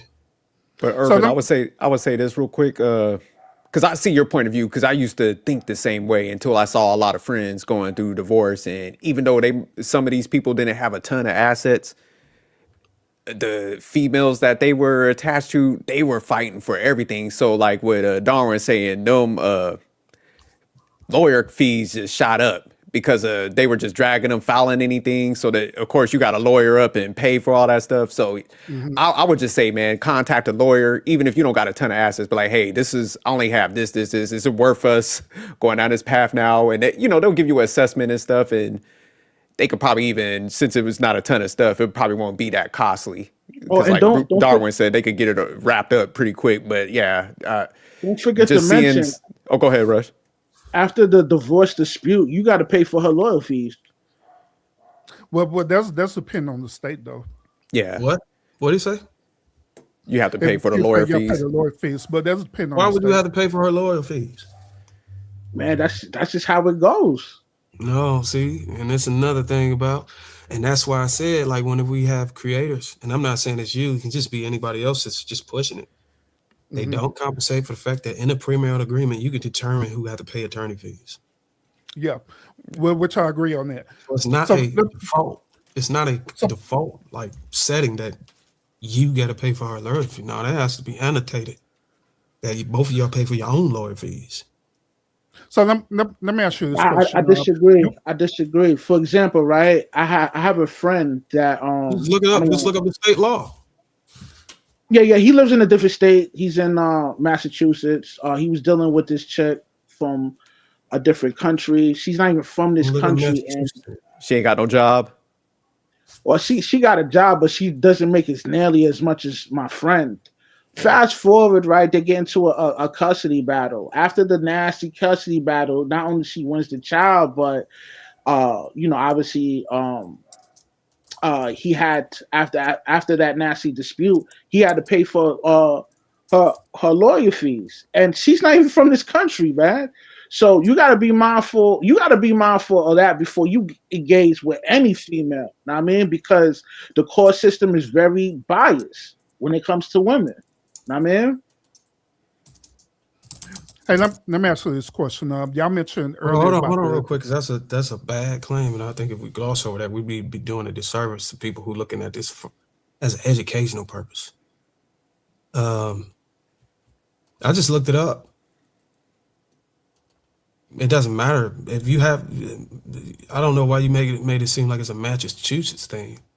If you have a premarital agreement in Massachusetts that says he wasn't married though. He wasn't married. Negating the premarital agreement is just irrelevant if it's not even a marriage, because premarital agreements is for marriages. No, I'm saying this chick is not even from this country. She managed to have the state to force my friend to pay for attorney fees after they had a dispute for a custody battle for they kid. You know what I'm saying? Okay. And she's not even from the States. And why did the judge justify him paying for it? Because did she have any resources? I mean, not like him. So they put it all on him. Couldn't afford it. So whenever there's no contract involved, what the judge typically do is stands in and like, okay, I'm going to make the most fairest possible decision here. Well, we all know sometimes that can be biased. It can be unfair. But the judge is supposed to be fair. If the woman that's working at Burger King while you working at fucking practitioner or some shit like that, he gonna probably make you pay her attorney fees whenever y'all argue over who gonna get the kid. And Rush, I think in some of those cases, man, what tends to happen, because man, like I was helping a couple people out, and like their lawyer, because of course they're gonna try to get out of the cost. They're gonna be like, hey, send that over to him. And if guys, I think sometimes, man, men just overlook so much stuff because they want to get everything wrapped up. They'll just eat a lot of those costs. Because that's what happened to one of my friends. I'm like, man, you ain't got to pay that shit. Tell your lawyer to reject that shit. Man, I just want to get it wrapped up. So that's what sometimes happens too. Yo, but you gotta understand, like, yo, disputing that that costs money. It's not free. Like if you don't know the lingo of the court, like, because they got their own lingo. You got to understand the terminology and vernacular within the court system. So if you're hip to the game or on the language of the court system, then yeah, you might be all right.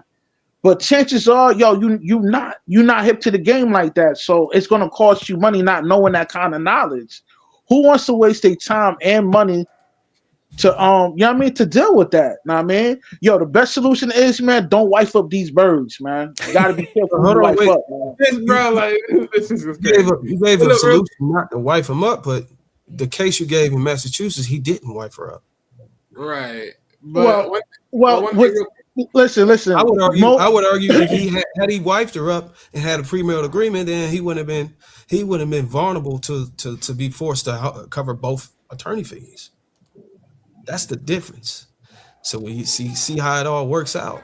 If he was in Massachusetts, he had a pre-marital agreement that whenever we go to court, I pay for my attorney fees, she pay for her attorney fees. That settles it. But because when I use the word wife up, within our demographic, we tend to use that to substitute for the true meaning would be like a long-term relationship. You know what I'm saying? Not actually marrying the broad. You know what I mean? But yeah, man. I mean, a lot of times, these dudes, they get into these long-term relationship. They knock up the bird. Now he cooked. Like he got to pay all kind of lawyer fees, and he's not a deadbeat. Obviously, he wants to be a part of his kid's life. That's going to cost some money. You know what I mean? Yeah, I know. That's the risk of doing business in the United States. Why take the risk? You know what I'm saying? I mean, shit, anyone. But the thing is, you got to weigh whether or not your lineage is more important than that risk of that little money. Man, yo, forget all that, nigga. Well, that's the difference between a man who want to continue his bloodline and a man who. I'm good. Nigga. That's the difference between a man who want to continue his bloodline and live through his bloodline or immortality versus at what cost, though, Bruiser? At what cost? Whatever it costs. I mean, it's called survival. It don't matter who you are. It don't matter nothing. It's called bloodline. It's called lineage. It's called my father wanted me to go out and be fruitful and multiply and continue his namesake. Man, now the suffering stops with me, man. Suffering stops with me. I'm good. Nah, I'm good. Well, that's a different. That's a difference. But see, that's why, man, because even with Darwin, what you was talking about that clip you put out, because I was watching the Lapeef and she was upset that you bought to introduce when they were talking about relationships, you talked about divorce.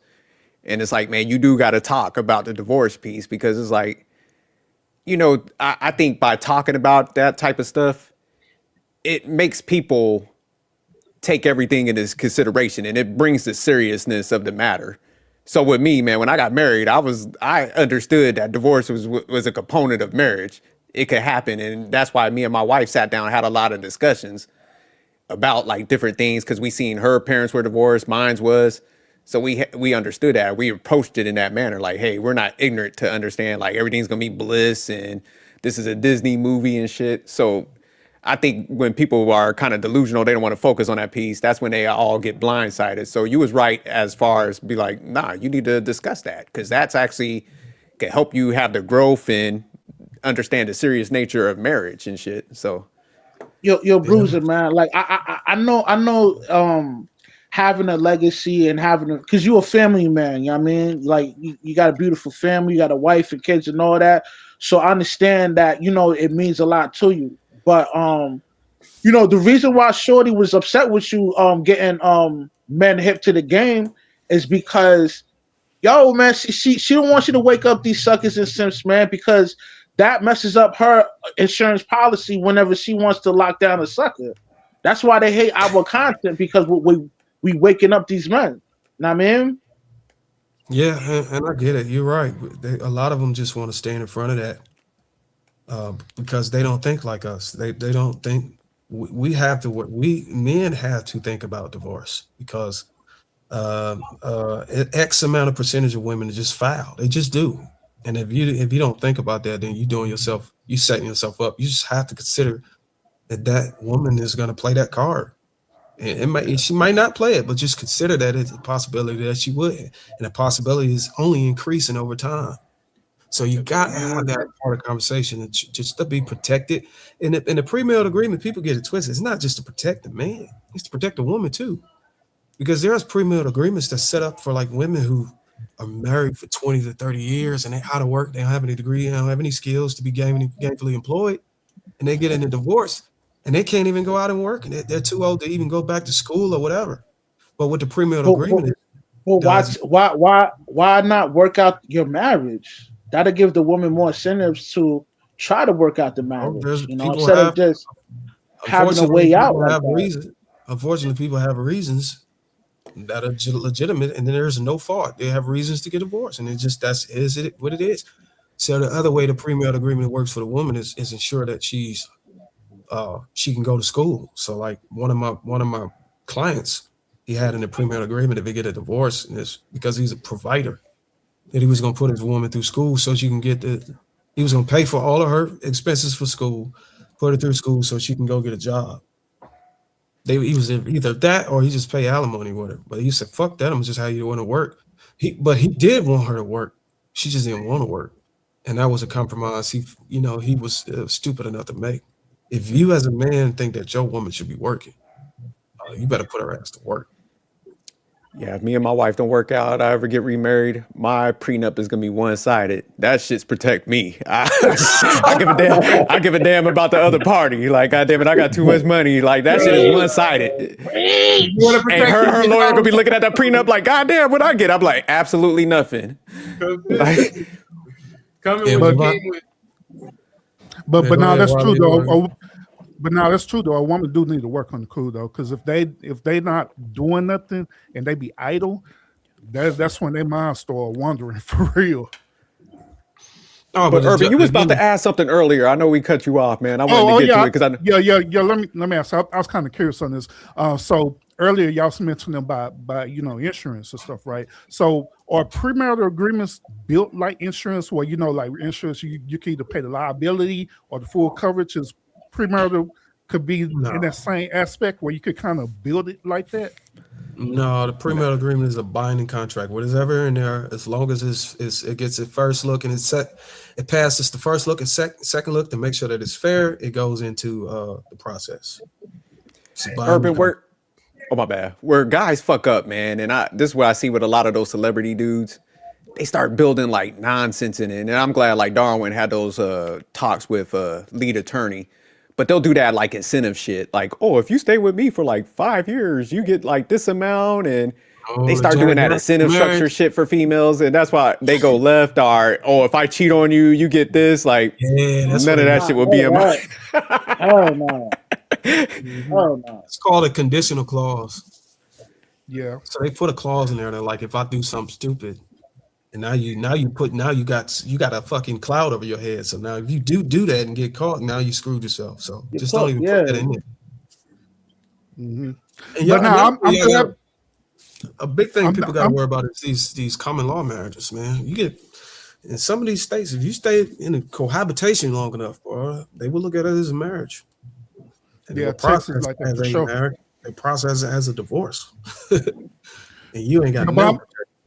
But I'm glad that y'all having this conversation, because I didn't know that a prenup could be built the way that y'all talking about right now. That's why I'm asking the question. Not to challenge, but I'm asking questions. So when I go to my audience, I'll be able to present this to them. No, that's dope. I'm glad you do that, man. Because sometimes some questions, it get you thinking. Yeah, I think the only safe way, man, you want to start getting married nowadays is either like Darwin said, get that prenup, or you got to get married in like North Korea, then come back. You got to go. The irony of this situation is if you marry a woman who's got a bag that's a big bag that's more than yours, the likelihood of you making you sign a prenup is very high. It's actually higher than with men. Women who have the bread. That's one thing. There's a difference between men and women. Women are more calculative and preparable. So whenever they the head and not the head, but whenever they the breadwinner and they got the bag, it's almost inevitable that they're gonna make you sign a prenup. Versus men, for some reason we get manipulated by the beauty and mesmeration. Oh, babe, we don't got to do that. I love you for you. And Nah, that's what they hit him and with they that. end up in Oh, the you don't altar, trust and me? they end up in divorce, and they end up They hit you screwed. with that. Soon as you locked in, she gonna hit you with that bait and switch. Like, surprise! It's the I'm manipulative, taking man. everything.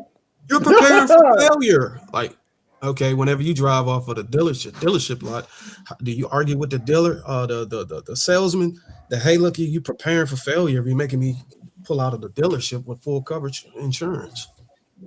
We don't plan for you to have an accident, but it's very important to have that just in case.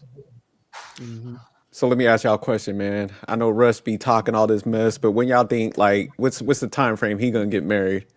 I'm giving him like 5 years, man. Rush. Yeah, Rush. Rush. Rush Rush is said not he gave up. married. The only way it's not a matter of time for Rush. I think for Rush, and this is just my own perspective, no shade to you, Rush. I think it's a matter of your discernment is curated by external information, not off of your own experience. So you're not using it, you're not moving off your own discernment. You're moving off the discernment of the other people who did trial and error and tested things for you, which eliminates you from making your own decisions off your own cognizance, which is I'm kind gonna of give you bad. some pushback, man. Nah, I just know the dark psychology of female nature, man. I Damn, he take it said for dark I accept psychology. it. I Make these accept it motherfuckers for sound what like it is, witches on that. What was that? Wicked? Yeah. Yo, Motherfuckers got the pot and they whipping up shit. Damn. yo, listen, man. I just understand it, man. Know what I mean, I take it for what it is, man. I'm good. I'm good. But that's your prerogative.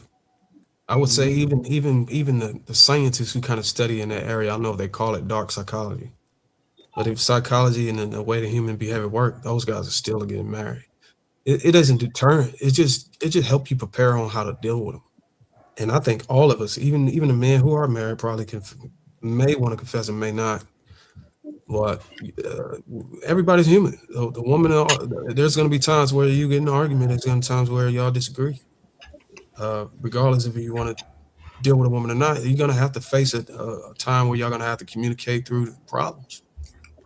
And if y'all marriage is worth, y'all relationship worth it, y'all will be able to make it through. If not, then it's just going to fail. And that's all things in life. It's not a matter of psychology or tactics. It's a matter of y'all being able to hold each other down. And when y'all have problems, just work through that shit. Some people can't do it. Let me just say in lame terms, man. Yo, man, they all for the streets, bro. I'm good, man. So Russ, let me ask you this question. So, Russ, Right. so you see Dirk, Urban, Darwin, and Hefe in marriages. That doesn't influence you or like inspire you. That there's hope. Nah, I mean, it's a false sense of hope. Know what I mean? How? Safe. That's Yo, How you see all the great marriages? That don't give you hope. Yo, let me just say this real quick, man. The moment you lock down Shorty, man, the countdown begins. You're but you seeing them in great marriages. You seeing them with families and stuff. That don't inspire you. Nah, man. You know what I don't want to be pessimistic, but you know what go through my head? Like, yo, when it's gonna happen? That's my thoughts. Yo. Nah, man. It doesn't. I It doesn't. think the principles. It's another thing that we have that's different than a lot of guys who don't. Some of us have principles that we live by that we try to withhold that exist before us, before we were even, and we try to uphold those things because it might be sacred, it might be religious, it might just be something that we just want to live by that compels us to want to participate in the experience of marriage. So you also got to tap into that, but you got a lot of guys who deviate from principles altogether. So they don't have any accountability over their head whenever they're practicing fornication or any of their things or any of the sins outside of marriage that they're going to be held accountable because they don't even believe in the fact that they're going to be judged anyways. Or even if they do believe in it, they just accept the fate that they might burn in hell. So that's another thing that you got to cope with whenever you want to deviate from the principles that came before you that you subscribe to. It's when you get older in age, it start to dawn in on you because you might be at the end of your life cycle. So you have a sense of urgency of trying to get it together. Man, Right. I'm halfway out the door, man. I'm not doing that. It's crazy. I mean, let me just say this, man. Most of these bros out here, man, don't got God in them, man. I mean, they You only godless, need one. man. You don't need all of them. And I think all of us is in a test for that. You only need one. I think what you said, Hefe, we only need Yes, one sir. to have it in there. We don't need all of the women to have them in there.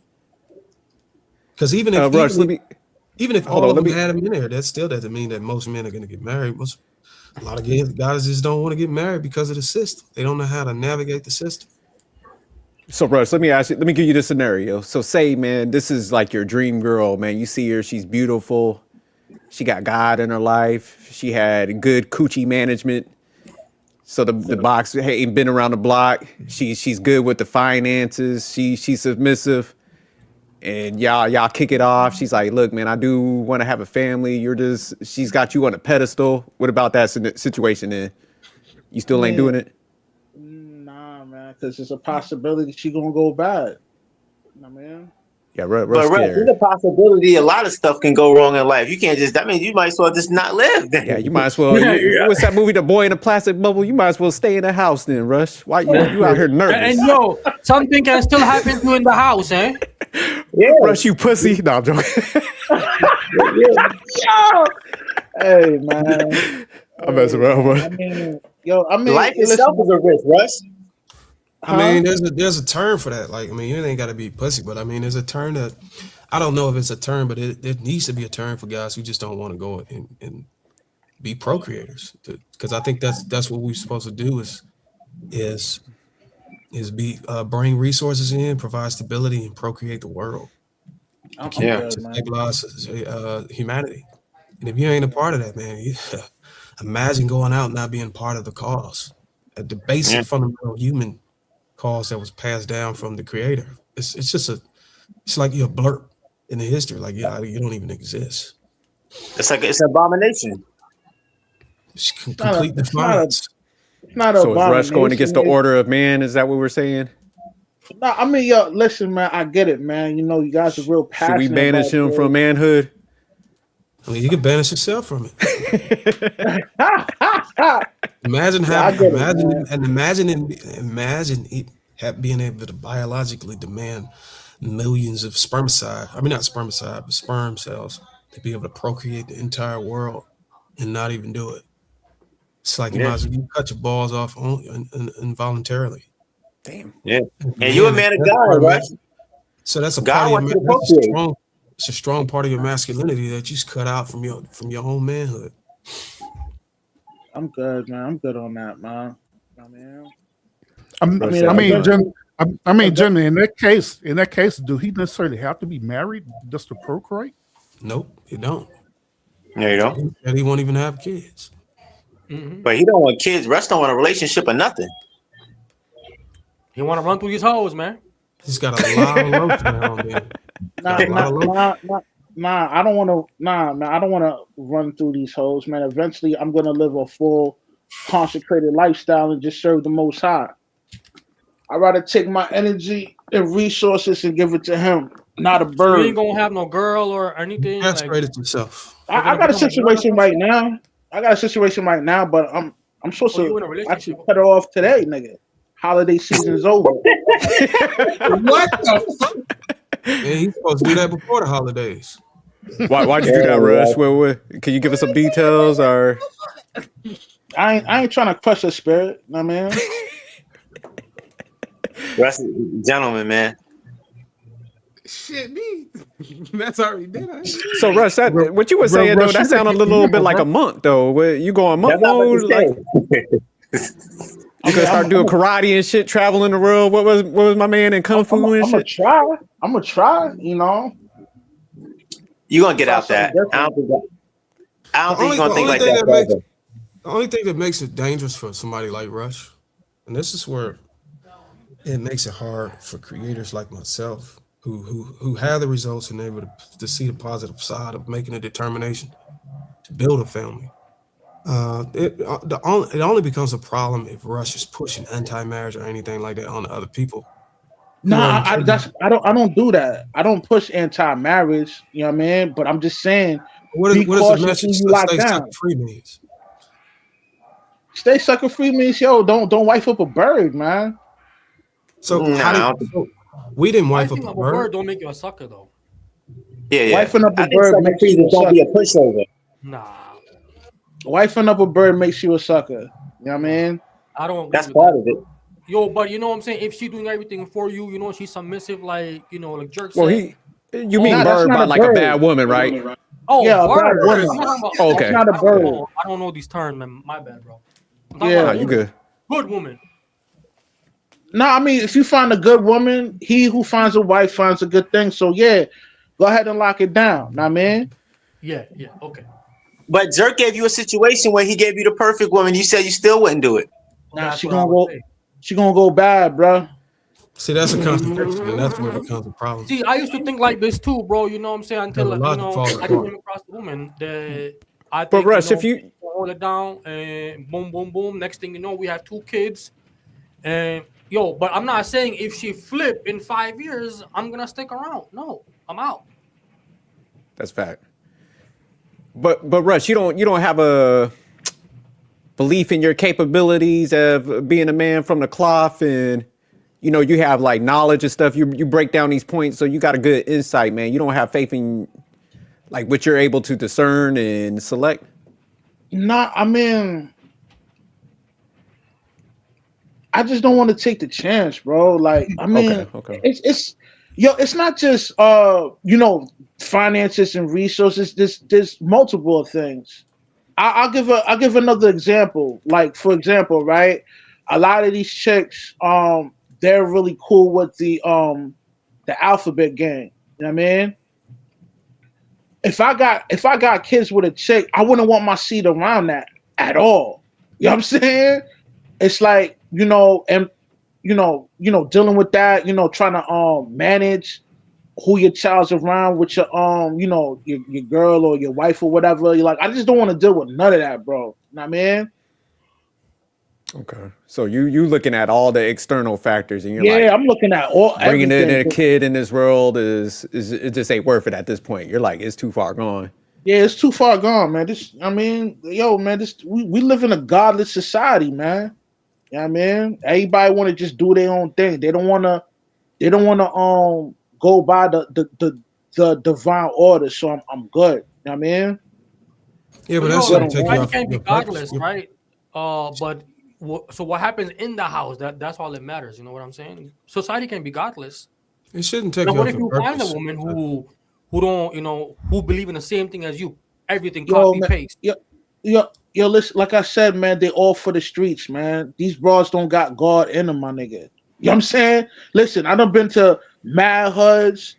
I done, been to different countries. I done even lived out the country. It's all the same thing, man. You know what I mean? I'm good. Now if you're a dude that wanna if you're a dude that wanna have a nuclear family, yo, word up. Yeah, do your thing, man. But that's not for me, man. Nah, I'm good on I that. respect that. Yo, at least you know what I'm saying. A man know he want that, so I respect that. Yeah, Yeah, you ain't creating broken homes and stuff. So yeah, if you got the insight to not do that, then I got what you're saying. You're definitely scared, but I give you props for not doing all that. Yeah, I'm not scared. I'm accepting messing with it you, for what Russ. it is. You know what I mean? Like, No, I think in this society now, man, I think that's the benefit of like you doing it early when you don't see too much. Cause I ain't gonna lie to you, like if I seen all this stuff and all the bad interactions people had, I probably would be standoffish myself. My bad, Russ. My phone overheated. But no, it's cool, fam. You good, yeah, man. but the thing is, like when you see Darwin, you see people like Hefe, Urban, and Sophisticated Jerk, and you see them in happy marriages. That inspires me to want to get married or want to have a woman at least in my life, a good woman in my life. I don't want to be out here just fornicating. Yeah, your inspiration shouldn't come from other people alone. It should just sometimes just being able to, have that experience, man, should be inspiring enough. Like, you ever thought to yourself, like, how it would feel holding a little junior, a little you in your hand, like being able to say that I'm a father, or you being able to relive those times where maybe you had a father through the connection of your own son, or even if you didn't have him, being able to establish something that you didn't have and give it to your son. Like, that's a beautiful thing to be able to hold life that came from you in your hand, like just having that experience. But just being a conformist to other people's failures, letting that deter you from that experience is very sad. Yeah, having my daughters, that was the most beautiful moment in my life. And at the best times is spent with my daughters. They look at you and they smile, man. That changes everything for me every day. Yes. It changes everything, bro. It makes you a better man. It makes life better. It gives you meaning. It does give you purpose.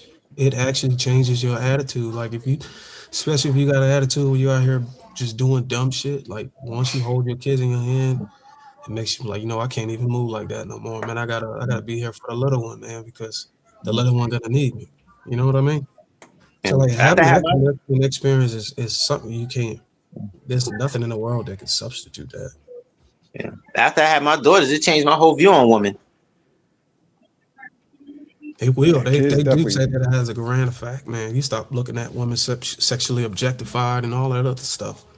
You start to have a deeper understanding of how to emotionally connect with women and all that stuff, man. And you don't just look at them as somebody who's just supposed to be subservient.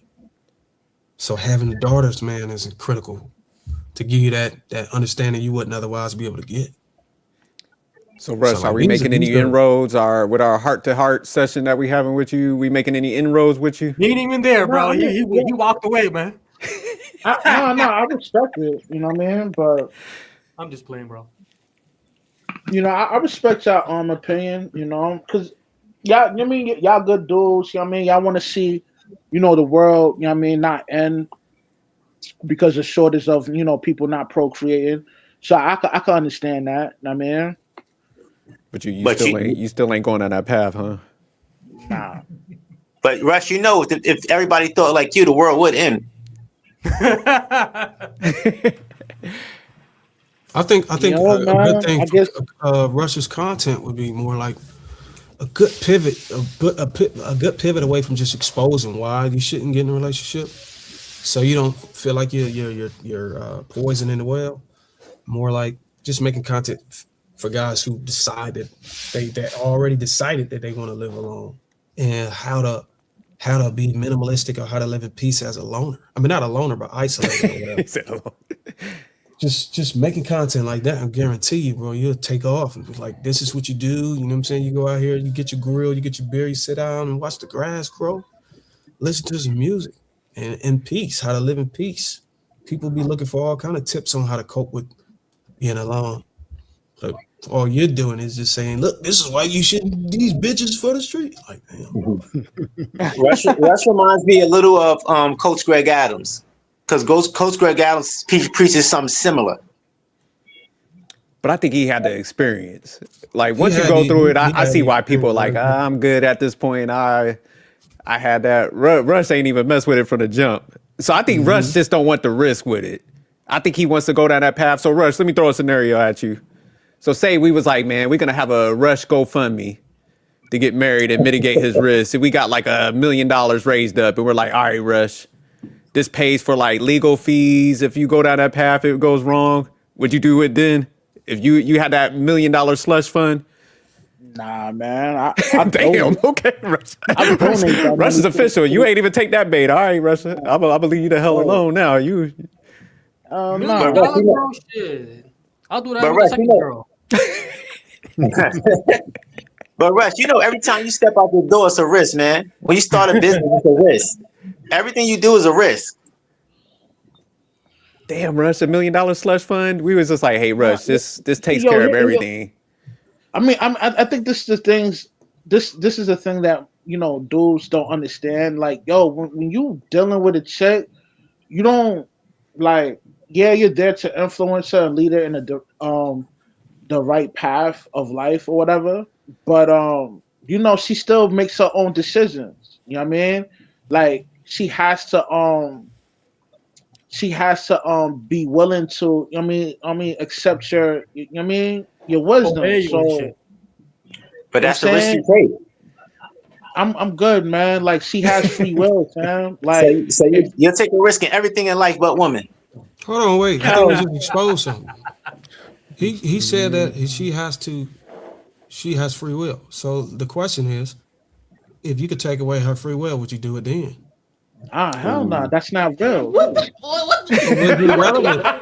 Why is it No, even he's saying relevant for you? hypothetically. So why is it relevant that you mentioned that she got free, make a complaint about her having? Because I made that statement because most dudes feel like when they invest in a woman, they feel like they are entitled to how she gonna move within a marriage, and that's not life, bro. If God gave me free will, if God gave me free will to live the way I want to live, it's the same thing with Shorty in a marriage, man. She still has her free will, whether she wants to stay with you or divorce you. Why So even why take is the risk? that a problem whenever God gave you free will? Y'all ask me a question, I'm answering now. So why take the risk? Why take the risk of wife marrying a woman, knowing that it's going to end anyway? It's no point. Oh wait, you said You don't know that. anyway. You have That's full the problem, autonomy, bro. Then what's the difference? You said it's gonna end anyway. We just debunked that. You got already guys putting that sitting here- energy out that's gonna end, bro. You know what I'm saying? So it will end if you're gonna put out the energy. Words are powerful.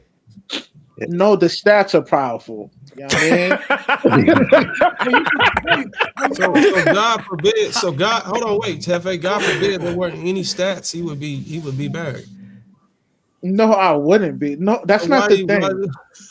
So why does it matter? Think of about, stats bro, no then? matter what the scenario is, you still deny it. Because like Man, I've seen- even if you took a time, We're just we're trying to put together logic on it, and he's denying logic now. Yeah. I'm telling you, this is the harsh reality that most men don't want to face. This is why some simps don't like the things I expound on, because it makes them think about their situation and But wakes up. And, you know what I mean? But Russ, that's not everybody's reality. You looking at married men on the panel, happily married. That's not their reality. And we ain't no Sims. I never called y'all simps. I would No, not no. associate myself if I thought all you guys were simps. So Nah, no. that's not Yeah, the but case, they're man. living proof. They're living proof against the stats. But hey, Fame, would you have took that deal for the million though? Like, Wait, say the deal again. I didn't. Say it would again? you have the situation I gave Rush for like the million? And it was a good girl, met a lot of your needs. You would get remarried, especially with a Of million course. attached. Yeah. I'm not against relationships. I understand women. I think in order for you to get into a relationship, period, to deal with women, you got to understand them. And it's not all women are not bad.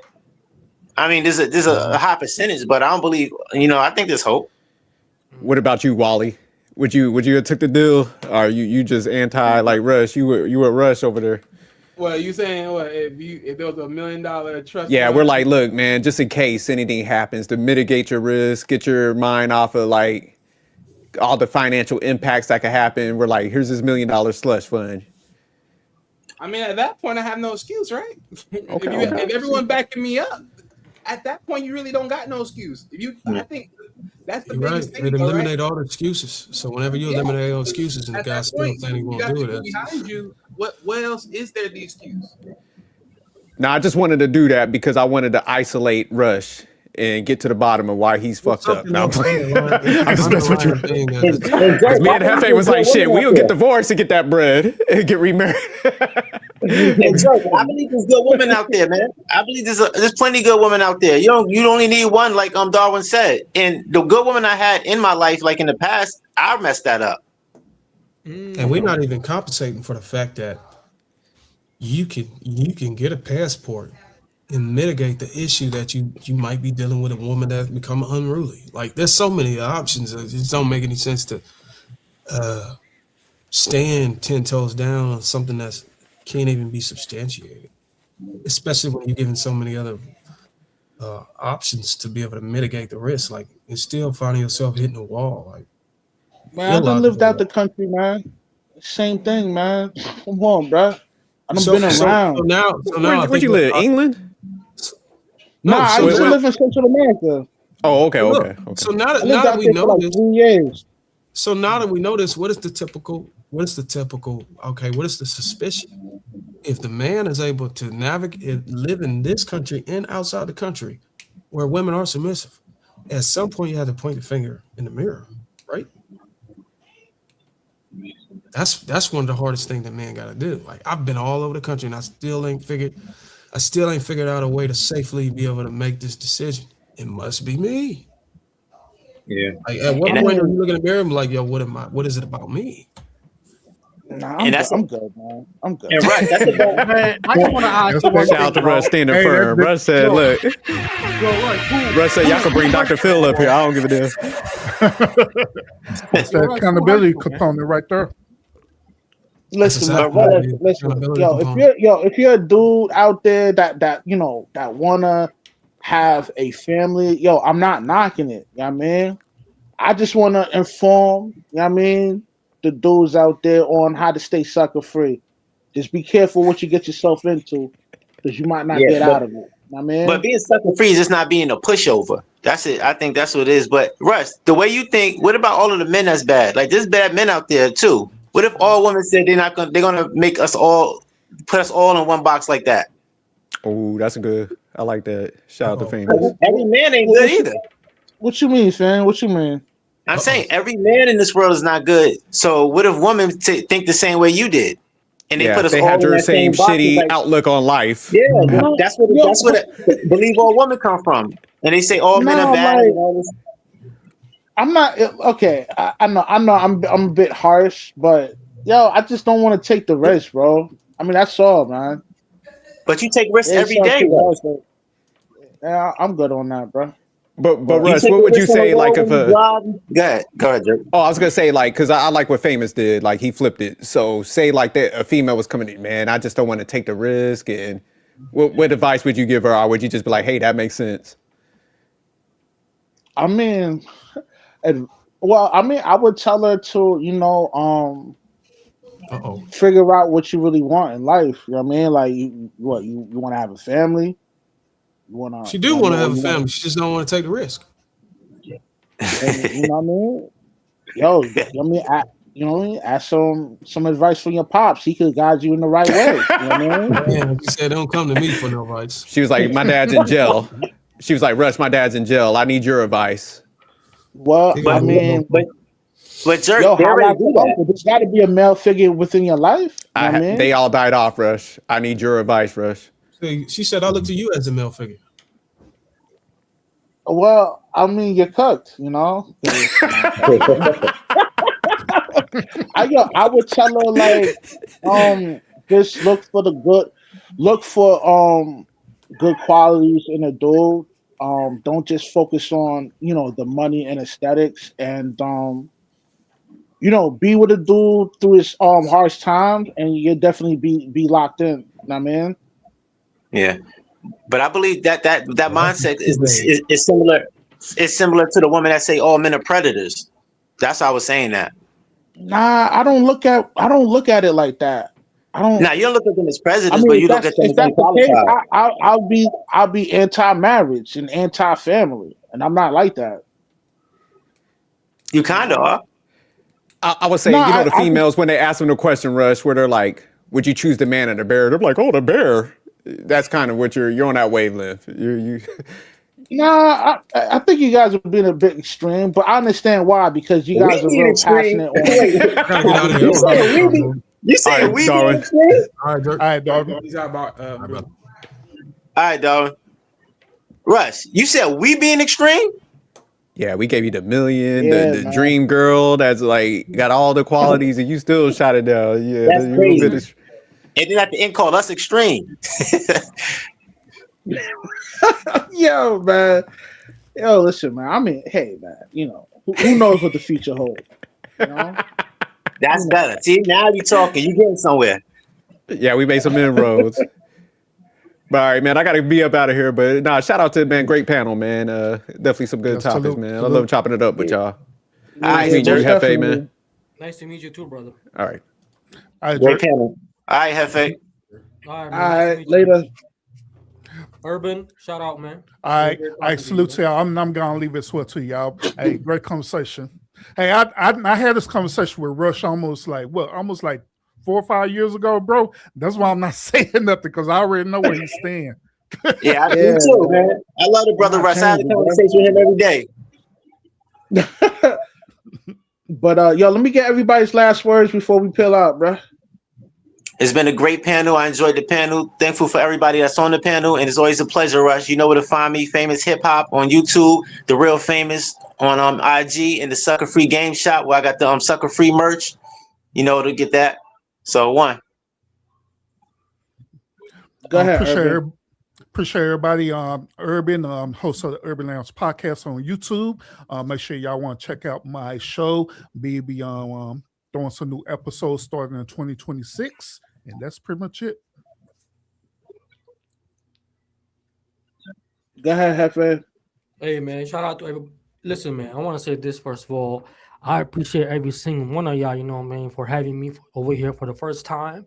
And it definitely ain't going to be the last time. You know what I'm saying? I fuck with all of y'all.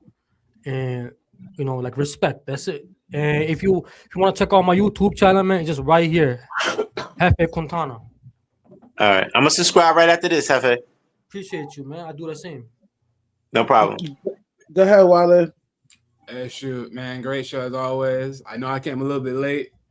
I literally was sleeping when I. Why do you always late, nigga? Hey, look. When I was late, I was actually be doing something, but this time around, I was actually KO'd. And plus, I didn't even see like what time you was even doing it on the text messages. Like when I went to it, that's when I realized, oh, you doing it early as hell. I thought you was doing that 5. I was like, all right. But yeah, but nonetheless, good show as always, man. It's always been good, man. Always good vibes, always with the right people as well. So yeah. Word. Well, yo, it's your boy Rush, aka Ruamundo, out here chasing that pollo. Seek wisdom, practice humility, and always remain sucker free. You heard? I'm out. One. Later, guys. Peace.